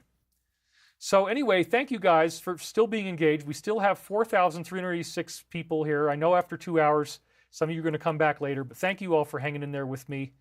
Chad Friend says, David has a 190 IQ. That's probably true. It might even be higher than that. It might be 200. I don't know. I mean, I think I've gotten a lot smarter than when I tested at 180. So there you go. David, put castor oil on your eye thingy. I have done it with vitamin E, and it is working. It has gone down a lot, but I think that this was reminding me that I have to get out there on camera. I mean, it's so ironic that this would happen to me during this time, but it just is telling me, you know, get out there and do your job. That's how I read it. So anyway, back to the slide now. Thank you guys for writing such wonderful comments, and they're still coming in by the bucket loads here, as you can see here. In fact, I got to click on this so that we get them in real time. T. Pilgrim gave me $200. Wow. Thank you for everything that you do. That's an awesome donation. I really appreciate it. So yeah, this was pretty stunning. This is why I did the purple shirt today. I just touched my microphone. Sorry about that. So now I want to get to, as I said last week, after I wrote this essay on September 31st, 1992, shortly thereafter, I went home from college and I told my friends I was having the spiritual awakening, which really was encapsulated in this very interesting essay that I wrote, which has so much prophecy in it. It's like, oh my God, wow. And he's wearing Trump slippers now. I mean, come on, man. Something's going on here. This is amazing. I'm going to keep milking the slippers. I got to use props for comedy, you know? So anyway, I go back to my buddy's house, and then there's this streak of light. There's a streak of light that happens in December 1992 where they're telling me, we don't believe you, blah, blah, blah. I said about this last week, and I got very upset. I was sad. I went outside, and I got to the crossroads between their street and mine. I put my arms out like this into the sky. I said, God, I know that you exist. I know this is true. I know there is an experimenter, and I know that we're in a big maze, and I know that there is a real food pellet at the end, and it's not drugs and alcohol. And it's not even conventional energy. We're going to get free energy. So as I'm having this thought, this streak of light goes right through the sky. And it was so amazing. And that was the first thing that I got that really was like a response from the universe telling me, you're on the right track, you need to get sober. I then had to wait, what is it? How many? 3 more years, yeah, from 92 to 95. It's 3 more years before I got the next big thing that really happened. As I said last week, I showed you my ox. I did automatic writing, and I got EC 4057 and oxen. This was with my friend Jude, and we did this at the house of his girlfriend, which was near Saratoga, New York. We taped a piece of paper on the ground. I blanked out my mind, and all of a sudden, something grabbed my hand and starts writing. Normally, you're not supposed to do automatic writing. You're supposed to get it with voice telepathy in your mind. Automatic writing is much more fallible and much harder. But this time, it actually worked. Something took over my hand, and it wrote this stuff out. And then I realized, well, wait a minute, 40 verses after the beginning of EC Ecclesiastes is actually 222, and I'm always tracking these synchronicities. So as I told you last time, I got fired from a job at the mental hospital. The best thing about the job was this family of turkeys outside that I got to see every day when I came in and when I left. They were always out there. Now I have turkeys all the time. So the thing that made me the most sad about losing the job was not getting to see the turkeys anymore. I didn't really like the job. It was very stressful. I was trying to get internship credit for a graduate degree in psychology. That was my ultimate goal. So no sooner did I get fired, but once again, this was the biggest thing it comes in, this voice comes in with automatic writing, quotes from the Bible, which I'd never read in this lifetime at least, and it says, "What do people get for all their toil and anxious striving with which they labor under the sun?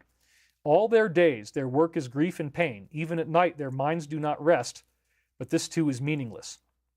A person can do nothing better than to eat and drink and find satisfaction in their own work. This too, I see, is from the hand of God, for without him, who can eat or find enjoyment?" Now you're going to understand a context I didn't share with you last time, which is that they knew, whoever wrote this Bible quote for me with my left hand, they knew that I had already written this essay, and they knew that I had written that the goal was to eat the real food pellet at the end of the maze. And so eating the food pellet, eating the good food, was a symbol of ascension. And look at what it says. A person can do nothing better than to eat and drink and find satisfaction. This is from the hand of God. So they were directly referencing my Earth as an Experiment essay, which I found astonishing. It blew me away. I knew what was going on. To the person who pleases him, God gives wisdom, knowledge, and happiness. But to the sinner, he gives the task of gathering and storing up wealth to hand it over to the one who pleases God. This too is meaningless, a chasing after the wind. And that is exactly what we think is going to be happening now. That there's actually going to be this type of wealth redistribution. You're not going to be so broke anymore. I'm not going to be so broke anymore. I mean, I hope we get a deal really soon so we can get on with making free energy and anti-gravity. That would be really nice. There is a time for everything and a season for every activity under the heavens. A time to be born and a time to die. A time to plant and a time to uproot. A time to kill and a time to heal. A time to tear down and a time to build. A time to weep and a time to laugh.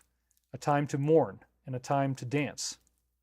A time to scatter stones and a time to gather them together. A time to embrace and a time to refrain from embracing. A time to search and a time to give up. A time to keep and a time to throw away. A time to tear and a time to mend. A time to be silent and a time to speak. A time to love and a time to hate. A time for war and a time for peace.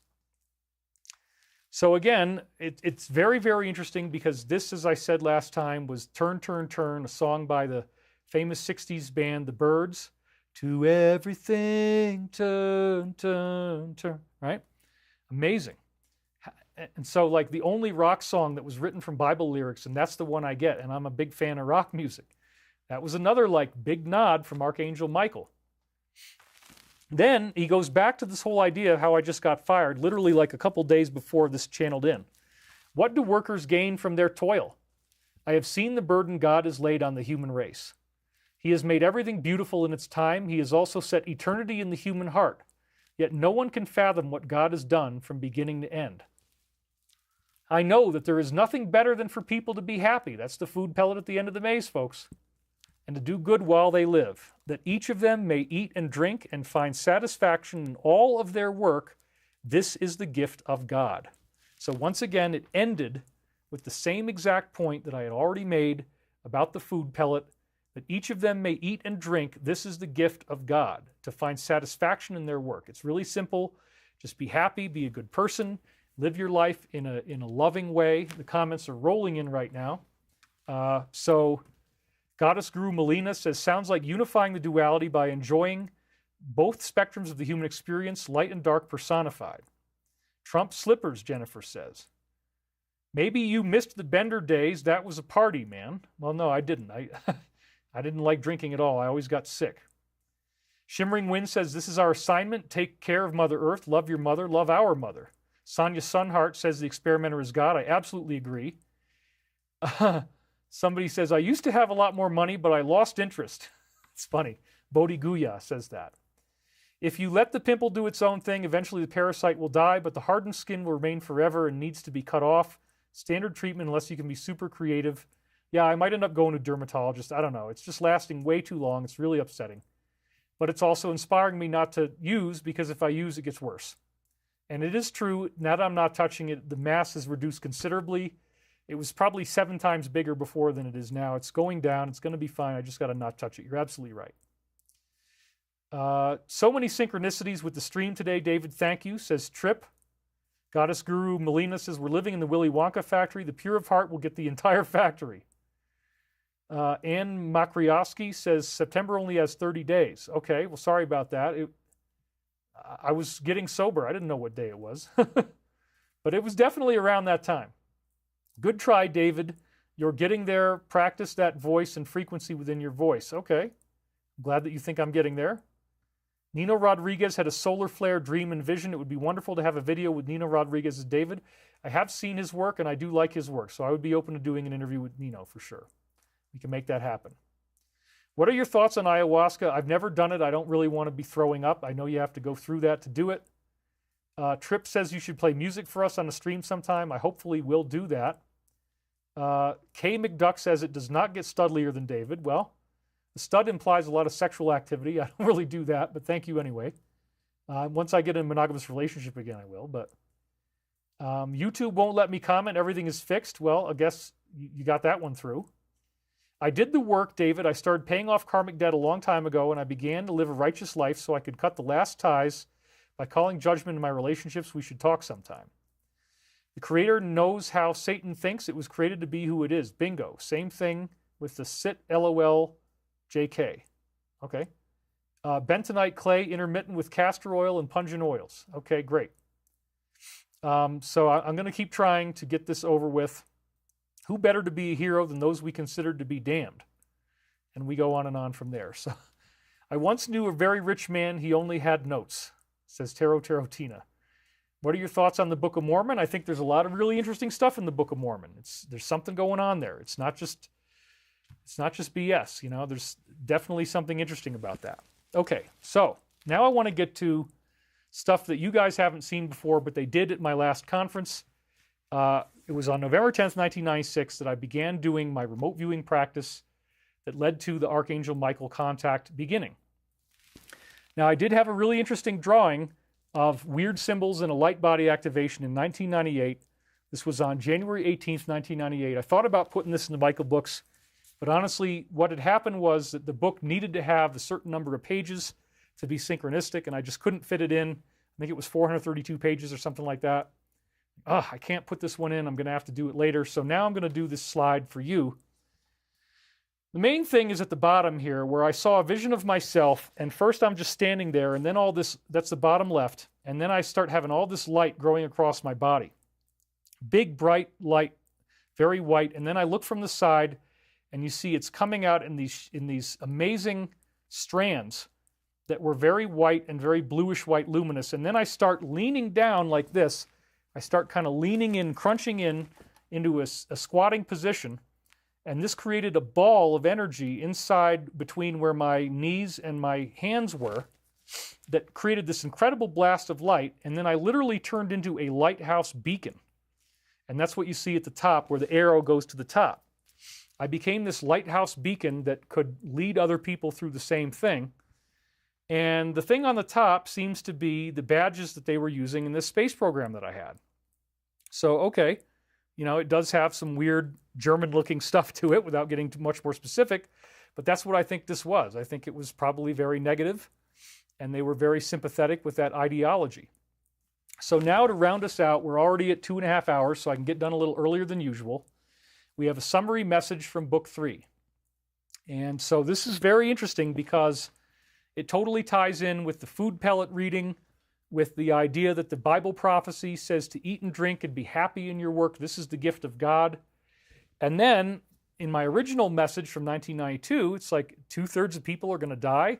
People will be dropping like flies all around you from a false food pellet that causes disease. Very, very weird. That's not what Michael is saying. By the time I did these readings and I get to July 1998, this is now in Book 3, that we have a summary message that very eloquently describes the core of what Michael says is going to happen, which is the same as the Virgin Mary's prophecy at Garabandal. Okay, so check this out. I gave it the heading, A Rediscovery of the Light That Transforms the Body. Remember in all of this that you are beings of light, and thus the ascension is not necessary per se for said lightness of being to exist. Whoops, I should be on the slide. There we go. Remember in all this that you are beings of light. The ascension is not necessary for this lightness of being to exist. It is simply an allowing, a rediscovery of such light. which then transforms the denser vibrations of the third density body that you are currently familiar with. It will then be unnecessary to continue using such a vehicle, in other words, a physical body, in what you would term as the future, wait for it, for anyone on this planet. So this new discovery of light, which we were calling the final food pellet at the end of the maze, actually makes it so you don't even need to have a body anymore. Wow.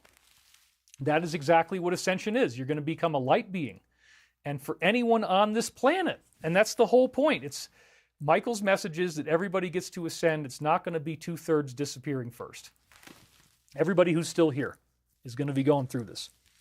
It is after this transformation, therefore, that the cleansing of the third dimensional earth will take place as a result of the changes that are now occurring. So we don't get a big, nasty, terrifying solar flash until we've already been through the end of this process, and that's very, very reassuring. We're not going to have a catastrophic earth change. We're going to go through this non-catastrophically, even though we all have been led to believe that there would be one because of so many ancient religious and spiritual prophecies. We learned our lessons. We don't have to go through this. It's incredible. We can assure you that the fourth density sphere now opening will be quite eminently suitable for the needs of all those involved. So this is going to be your ascension. I'm talking to you personally now. You will go through this, as long as you're alive by sometime next year.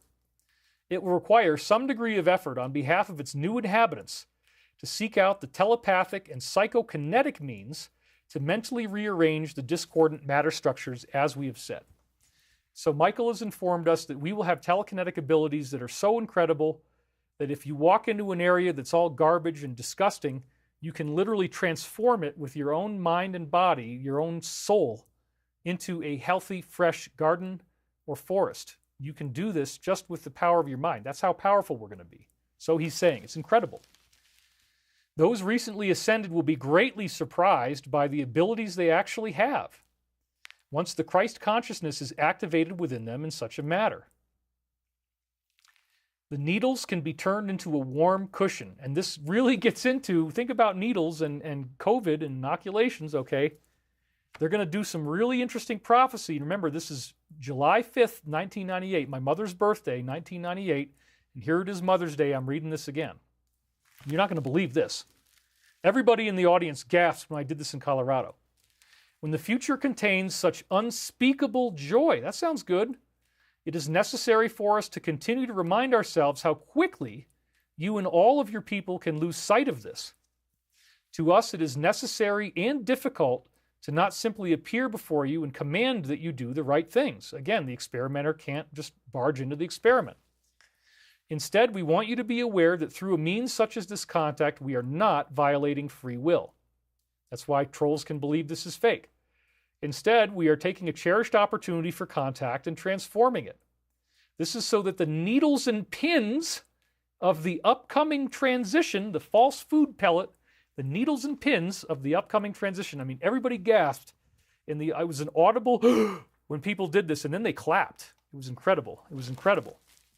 The needles and pins of the upcoming transition are then turned into a warm, natural cushion of pine needles, through which one might then make a bed for rest, rejuvenation, and preparation for the massive awakening that is immediately apparent in the near future. Okay, hold on. Let's just stop here. Needles and pins of the upcoming transition is talking about inoculation-related deaths, which I had in my Reagan illustration, which I had in my Earth as an Experiment essay. Natural warm cushion of pine needles. Pine needle tea is supposedly the best remedy if you have problems with this protein damage.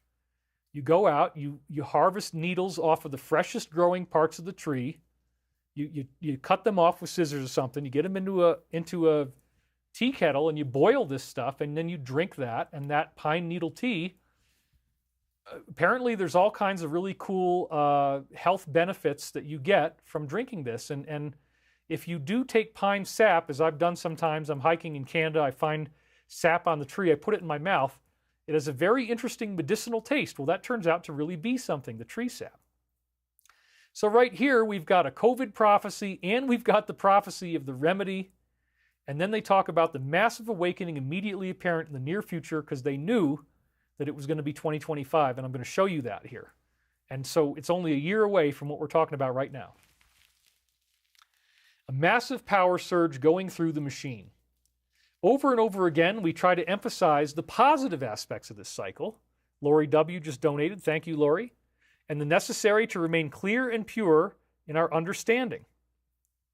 Extra Crispy says, my girlfriend, med beds please. My girlfriend's mom just died of cancer after being diagnosed 4 months ago. My grandmother is very sick. The world needs healing. I absolutely agree. And let's hope that this happens as soon as possible. The sooner we all awaken, the faster we're going to get better. Kathleen Mainochi says we have a choice of how our life goes. We create our own reality. Solar flares are removing my depression, sorry. I guess I'm reading my own shit into there. For once, I feel great. Somebody says, Cosmic Wave Rider says, David, the way shower of light. Thank you. Anunnaki pines and grenade. Okay. 5 needle pine trees, certain ones are the best, says Cynthia Marie Brewer. Oh my gosh, David, you are spot on, says Zavuya. Best natural treatment. Okay, I gotta keep going. We're running out of time here. I want to keep it below 3 hours, and we can do that. Okay, bang, here we go. So, we try to over and over again, we try to emphasize the positive aspects of the cycle, the necessity to remain clear and pure. Many people still do not believe something like this will happen, and they do not think it is necessary to be clear and pure. For that, we only have one explanation. Uh-oh. The degree of unpreparedness, even now, on behalf of most people for the ascension is vast. That's right, mate. They're simply not ready. That's why we had to deploy this so-called weapons system in order to sort of, lighten the load a bit. I actually heard Uncle Jack and other insiders talk to me about this. He told me there's going to be an injection. Everybody's going to have to take it. I heard that back in 2010. But now we are getting more prepared, and I'm helping you learn what you have to do. It's very simple Christ teaching, be more loving. As the event is now so close, and look at what just happened. This past week we had the solar flash, right? It perfectly underlines what I'm talking about at Garabandal and the solar flash prophecy. We have Aurora Borealis all over the world, okay? The energy coming in to bring it to fruition is literally unstoppable. It sure looks that way. All pockets of resistance and all lower vibrations will experience explosive turmoil. That's what we're seeing right now. For the simple fact that the influxes of energy are far too great to be maintained with any real stability. We then see the timing of these events with the ascension occurs for a discrete, quantifiably genuine purpose. This purpose is that the energy itself, which is bringing about said transformation, is intolerant of any vibrations that are not excellent, pure, and loving. Again, it is as though a massive surge of power is going through a machine not yet upgraded to handle the higher load of voltage. That implies solar flash, that implies grid collapse. And then I already read this a couple weeks ago in Colorado, and here we are. Now there's been a solar flash, and everybody's worried about the grid going down. So that was prophetic that I read this 2 weeks ago, right before this solar event again happened. Amazing. It's totally amazing. Prepare thyself for the scintillating merger with the light. This sounds awesome. When our ships finally do arrive in full earnest, this is going to be a worldwide contact all over the world, flying saucer type UFOs, the day of truth, the moment of truth. It's going to happen, folks. They do this on purpose. They have to tell you in advance in writing what they're going to do. It doesn't matter whether you believe David Wilcock or not, or whoever else it is. They're still going to do it. They fulfilled their contract. They have to tell you what they're going to do. Whether you listen to it or not, they don't care. They're still going to show up when the time comes. When our ships finally do arrive in full earnest, we know that you will be prepared and have been prepared. Very interesting. Go then, prepare thyself for the scintillating merger with the light that beckons you.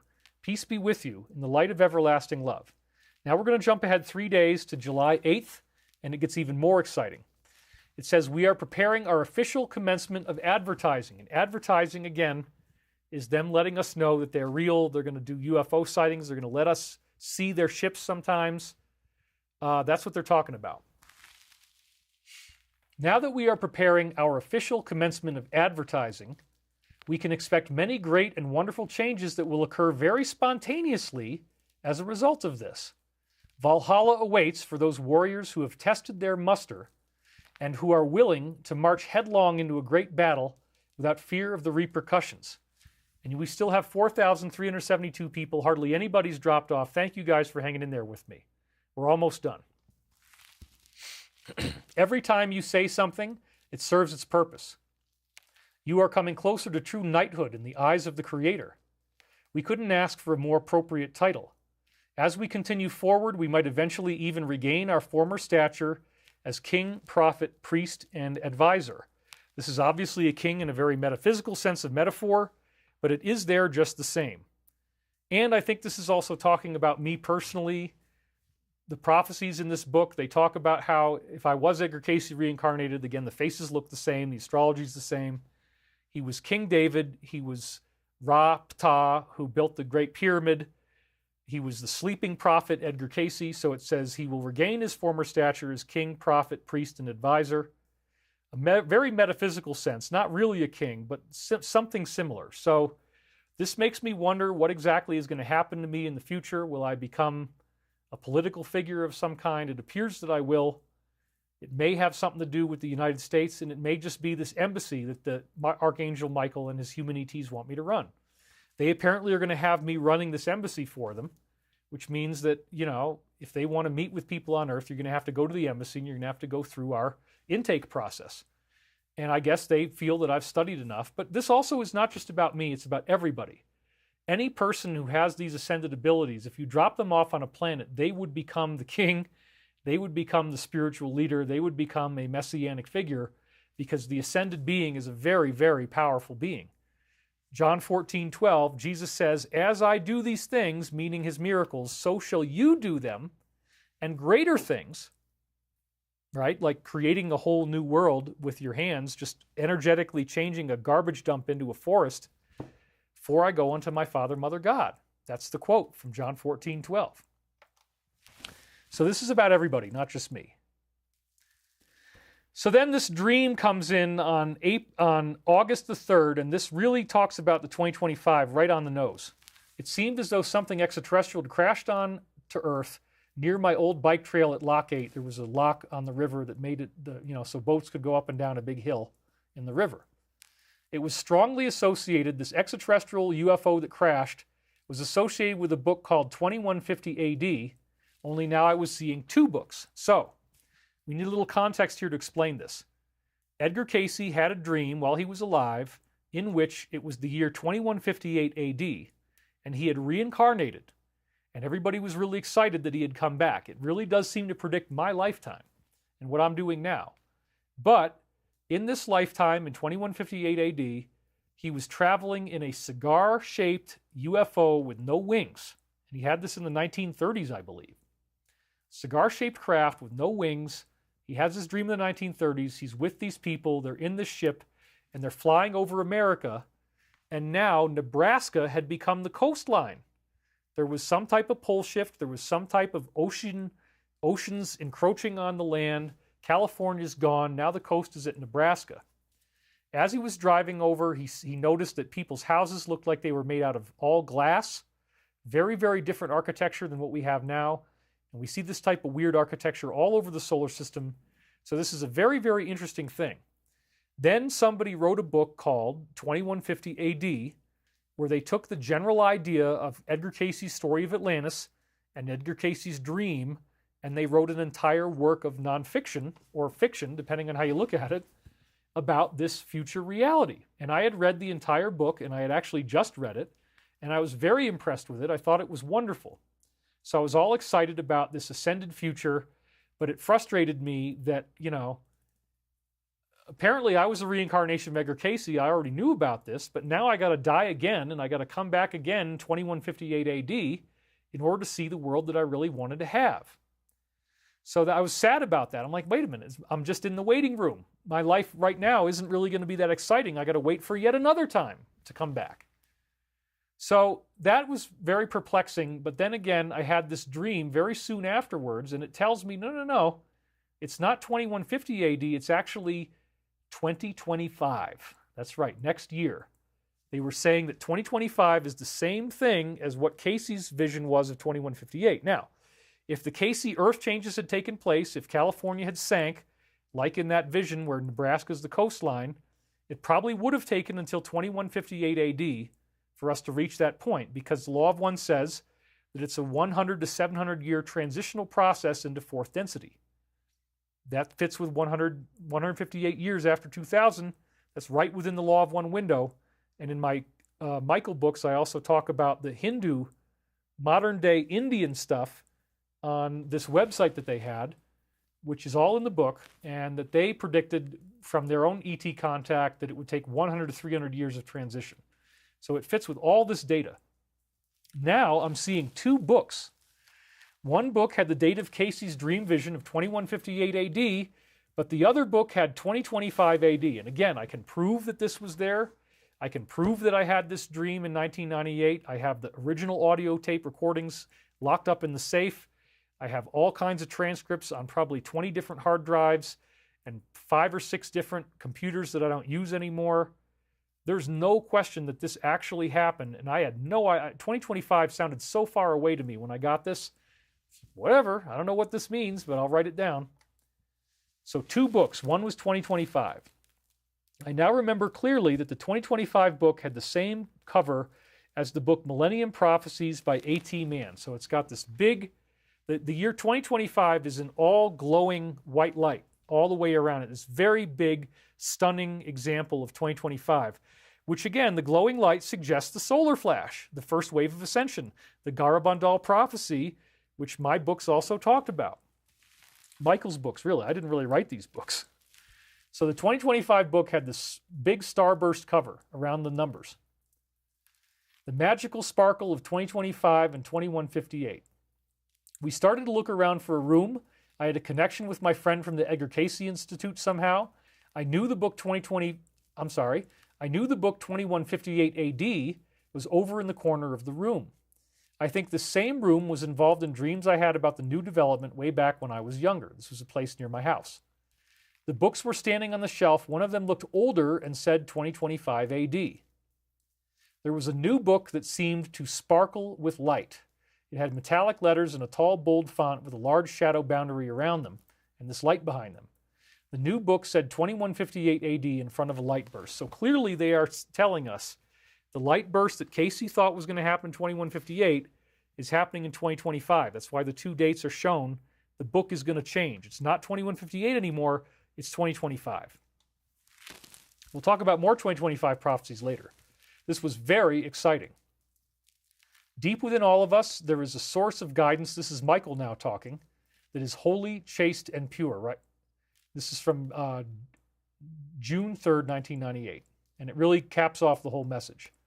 This is a source of guidance that seeks only to wash clean the bacteriological warfare of the lower self. This is the second time the whole audience gasped when I read this, because how did they know there was going to be bacteriological warfare in 1998? And isn't that exactly what's going on? And wouldn't it mean that if people were hurt by these, that the healing is the washing clean of bacteriological warfare? The healing that they say we're all going to experience in 2025? Yes, absolutely. That way, we still get to have a planet. The ultimate conscious choice is made to renounce fear. As I said, you have to get rid of that fear. That's the evil working on you. If you're afraid, that's the evil working on you. So this source of guidance seeks to rid the germs and pollution that we heap upon ourselves. There again is another prophecy of COVID and inoculations. Minute after minute, hour after hour, day after day, year after year. These forms of spiritual, mental, physical pollution need to be repeatedly flushed out, cleaned and renewed. And they had just given us the pine needle tea remedy, right, to flush it out of the system. Very interesting.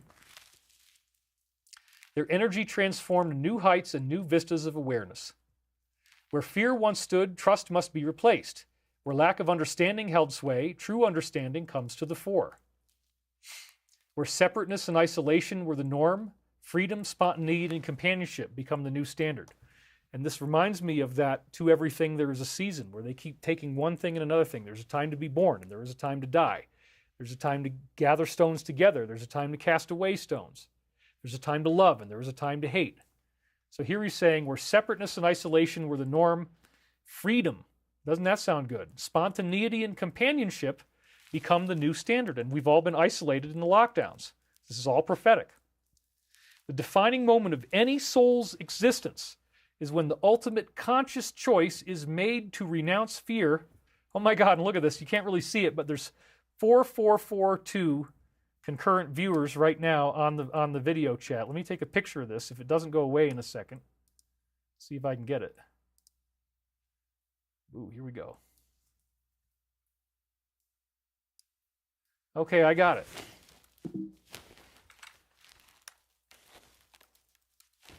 I want you to see this later on so you can see I'm not making this up.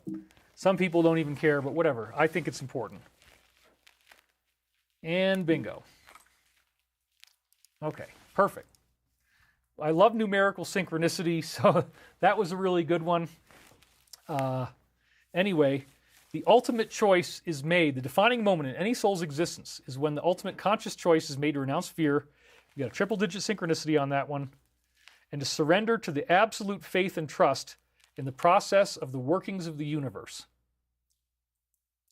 You will attain new and profound spiritual status, as they've been saying.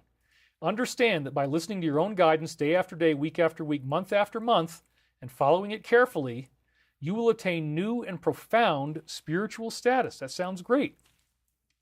By working with us, your guides, you are coming to realize your true identity, that you have and always will be a perfect working fragment of the one from whence you sprang. Furthermore, you realize that your destiny is also to eventually return to that oneness. This destiny, by necessity, involves a step-by-step process. Wow, lots of people are donating money right now. Pauline Chartrand and Fruise, thank you guys both. Involve a step-by-step evolution through process of different density levels of experience. Conscious access to fourth density in the near future, he says. At this particular space-time nexus in your planet's history, you are now entering into the time frame where the availability of energy for the next density, next level, or next dimension is quite strong enough to allow conscious access to it in the near future. And this absolutely gets stronger in an event like we're having right now, this massive geomagnetic storm. I was on the toilet this morning. I do that every morning. I don't usually see lightning every 60 seconds, but it was happening this morning, and it was all orbs, all plasma balls. It's incredible. So something is going on, and it's activating this Christ consciousness, this logos energy inside of you. Though this will not occur all in one moment, there is every reason to believe it will be occurring within 2 years or less. And again, it didn't happen in 2000. This was in 1998, but that prophecy was unsealed on, you guessed it, February 11th, 2023, which means February 11th, 2025 is the prophecy. So that's very nearby. We're already almost in the summer. You wouldn't know it from here. It's all storms and winter and everything. But anyway, lo and behold, this is the last thing I needed to show you. And we are now at the Global Peace Meditation within the 3-hour mark. So I'm very, very glad for that. I'm very happy for that. Because again, you know, we want to keep it to within 3 hours. It seems to be kind of a good guideline. Allison Carr just donated $10. Thank you. So I have like 7 minutes to go here. So I think we're going to just dive right in. You guys are writing me great stuff in the comments. They're still coming in really fast. The article about HARP shutting down is from 2014. Okay, well, yeah, there was definitely some weird stuff going on, and that was just somebody writing something in my journal. But again, you can be a skeptic all day long. You can try to say whatever you want to say. But the fact is, we had the biggest event since the Carrington event. If it had hit the Earth directly, we would have lost our power grid. It is a warning from the Logos, a warning from the solar Christ, because there's a galactic Christ, there's a solar Christ. These stars are alive. The galaxy is alive. The universe is alive, and it's the one infinite creator. That's all there really is. So I do believe that the things I'm telling you are true. I do believe that we're heading into a very profound and wonderful new shift. I'm sorry that the aesthetics on my face, that I have this horrible zit, but you know, some people don't like it. Okay, that's fine. Sorry about that. I'm still going to do the show. I'm not going to hide away just because of this. It's a big exercise for me in humility. And if I try to pop it, it just keeps coming back. So I just got to leave it alone. I may have to go to a dermatologist, whatever, no big deal. Hopefully by next week, it'll be even less observable. Whatever. So now I want to use this technology of the Global Peace Meditation because this stuff really works And it's really a good thing for us, in my opinion, to come up with this. So let's have you get both feet flat on the floor now. Close your eyes. Take a nice deep breath, and then just let it go. And once again, take a nice deep breath, just let it go.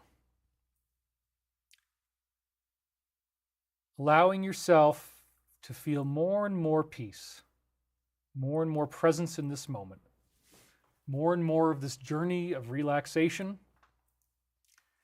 the happiness of knowing that these prophecies are very real, that we are all going through a massive consciousness upgrade that will eventually lead to the awakening of the ascension for everyone on Earth, apparently by the year 2025.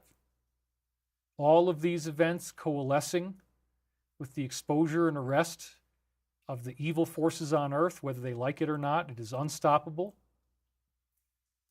and allowing you to become more and more fulfilled in your daily life, more happiness, more joy, happiness in your work, happiness in eating and drinking, happiness in the basic, lovely things that life can provide you. As you breathe more deeply, seeing this energy going out into the world, healing all those who are sick or who have been damaged, envisioning this true global healing where everybody, no matter how terrified they are, no matter how rough their health condition may be, no matter what they're dealing with, everyone is going to get to experience this together because we're all part of this massive initiative that is taking place. As you continue breathing, allowing yourself to go even deeper now, deeper into the stillness, deeper into the silence, deeper into the peace and the wholesomeness and the love that is available in this moment. Breathing even more, allowing your consciousness to drift away even more, becoming ever more peaceful. We've only lost 100 people. We have 4,278 here. This is enough to do lots of things, folks. It's all live. Changing consciousness as we know it, accelerating reality as we know it, bringing us into this cosmic awakening where our souls are transformed, our bodies are transformed, and we have staggeringly wonderful abilities that no one would have ever expected to see.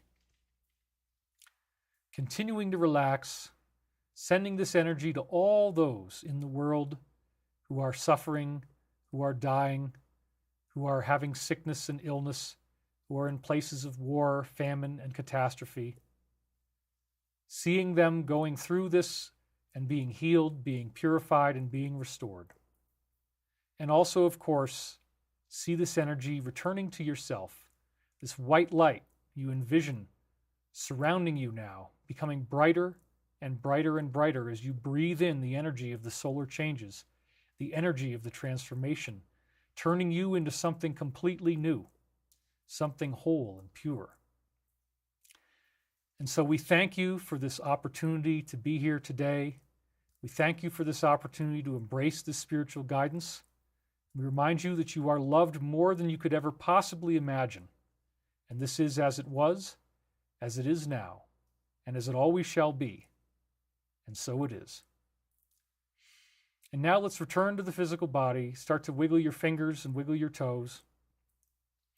In fact, I would say, if you had these Trump slippers on, man, your toes might be very comfortable. Maybe we can sell these. I don't know. He already does. I'm sure he does. But I got them in person in Washington, D.C. So there you have it. This was a great show. I hope that whoever called me back then wasn't freaking out about talking out of school, but it would be wonderful if we can work with these guys. They just asked for things that we literally are forbidden by national security to do, and it made me very, very sad. I had such a dark week, you guys. It was so bad. I was very, very sad. I relapsed. I used medication. I'm sorry. I'm not going to probably do it today. I think I feel really good. You are helping me. You are helping me heal, and you are helping me stay clean. So I want to thank you guys for your loving support.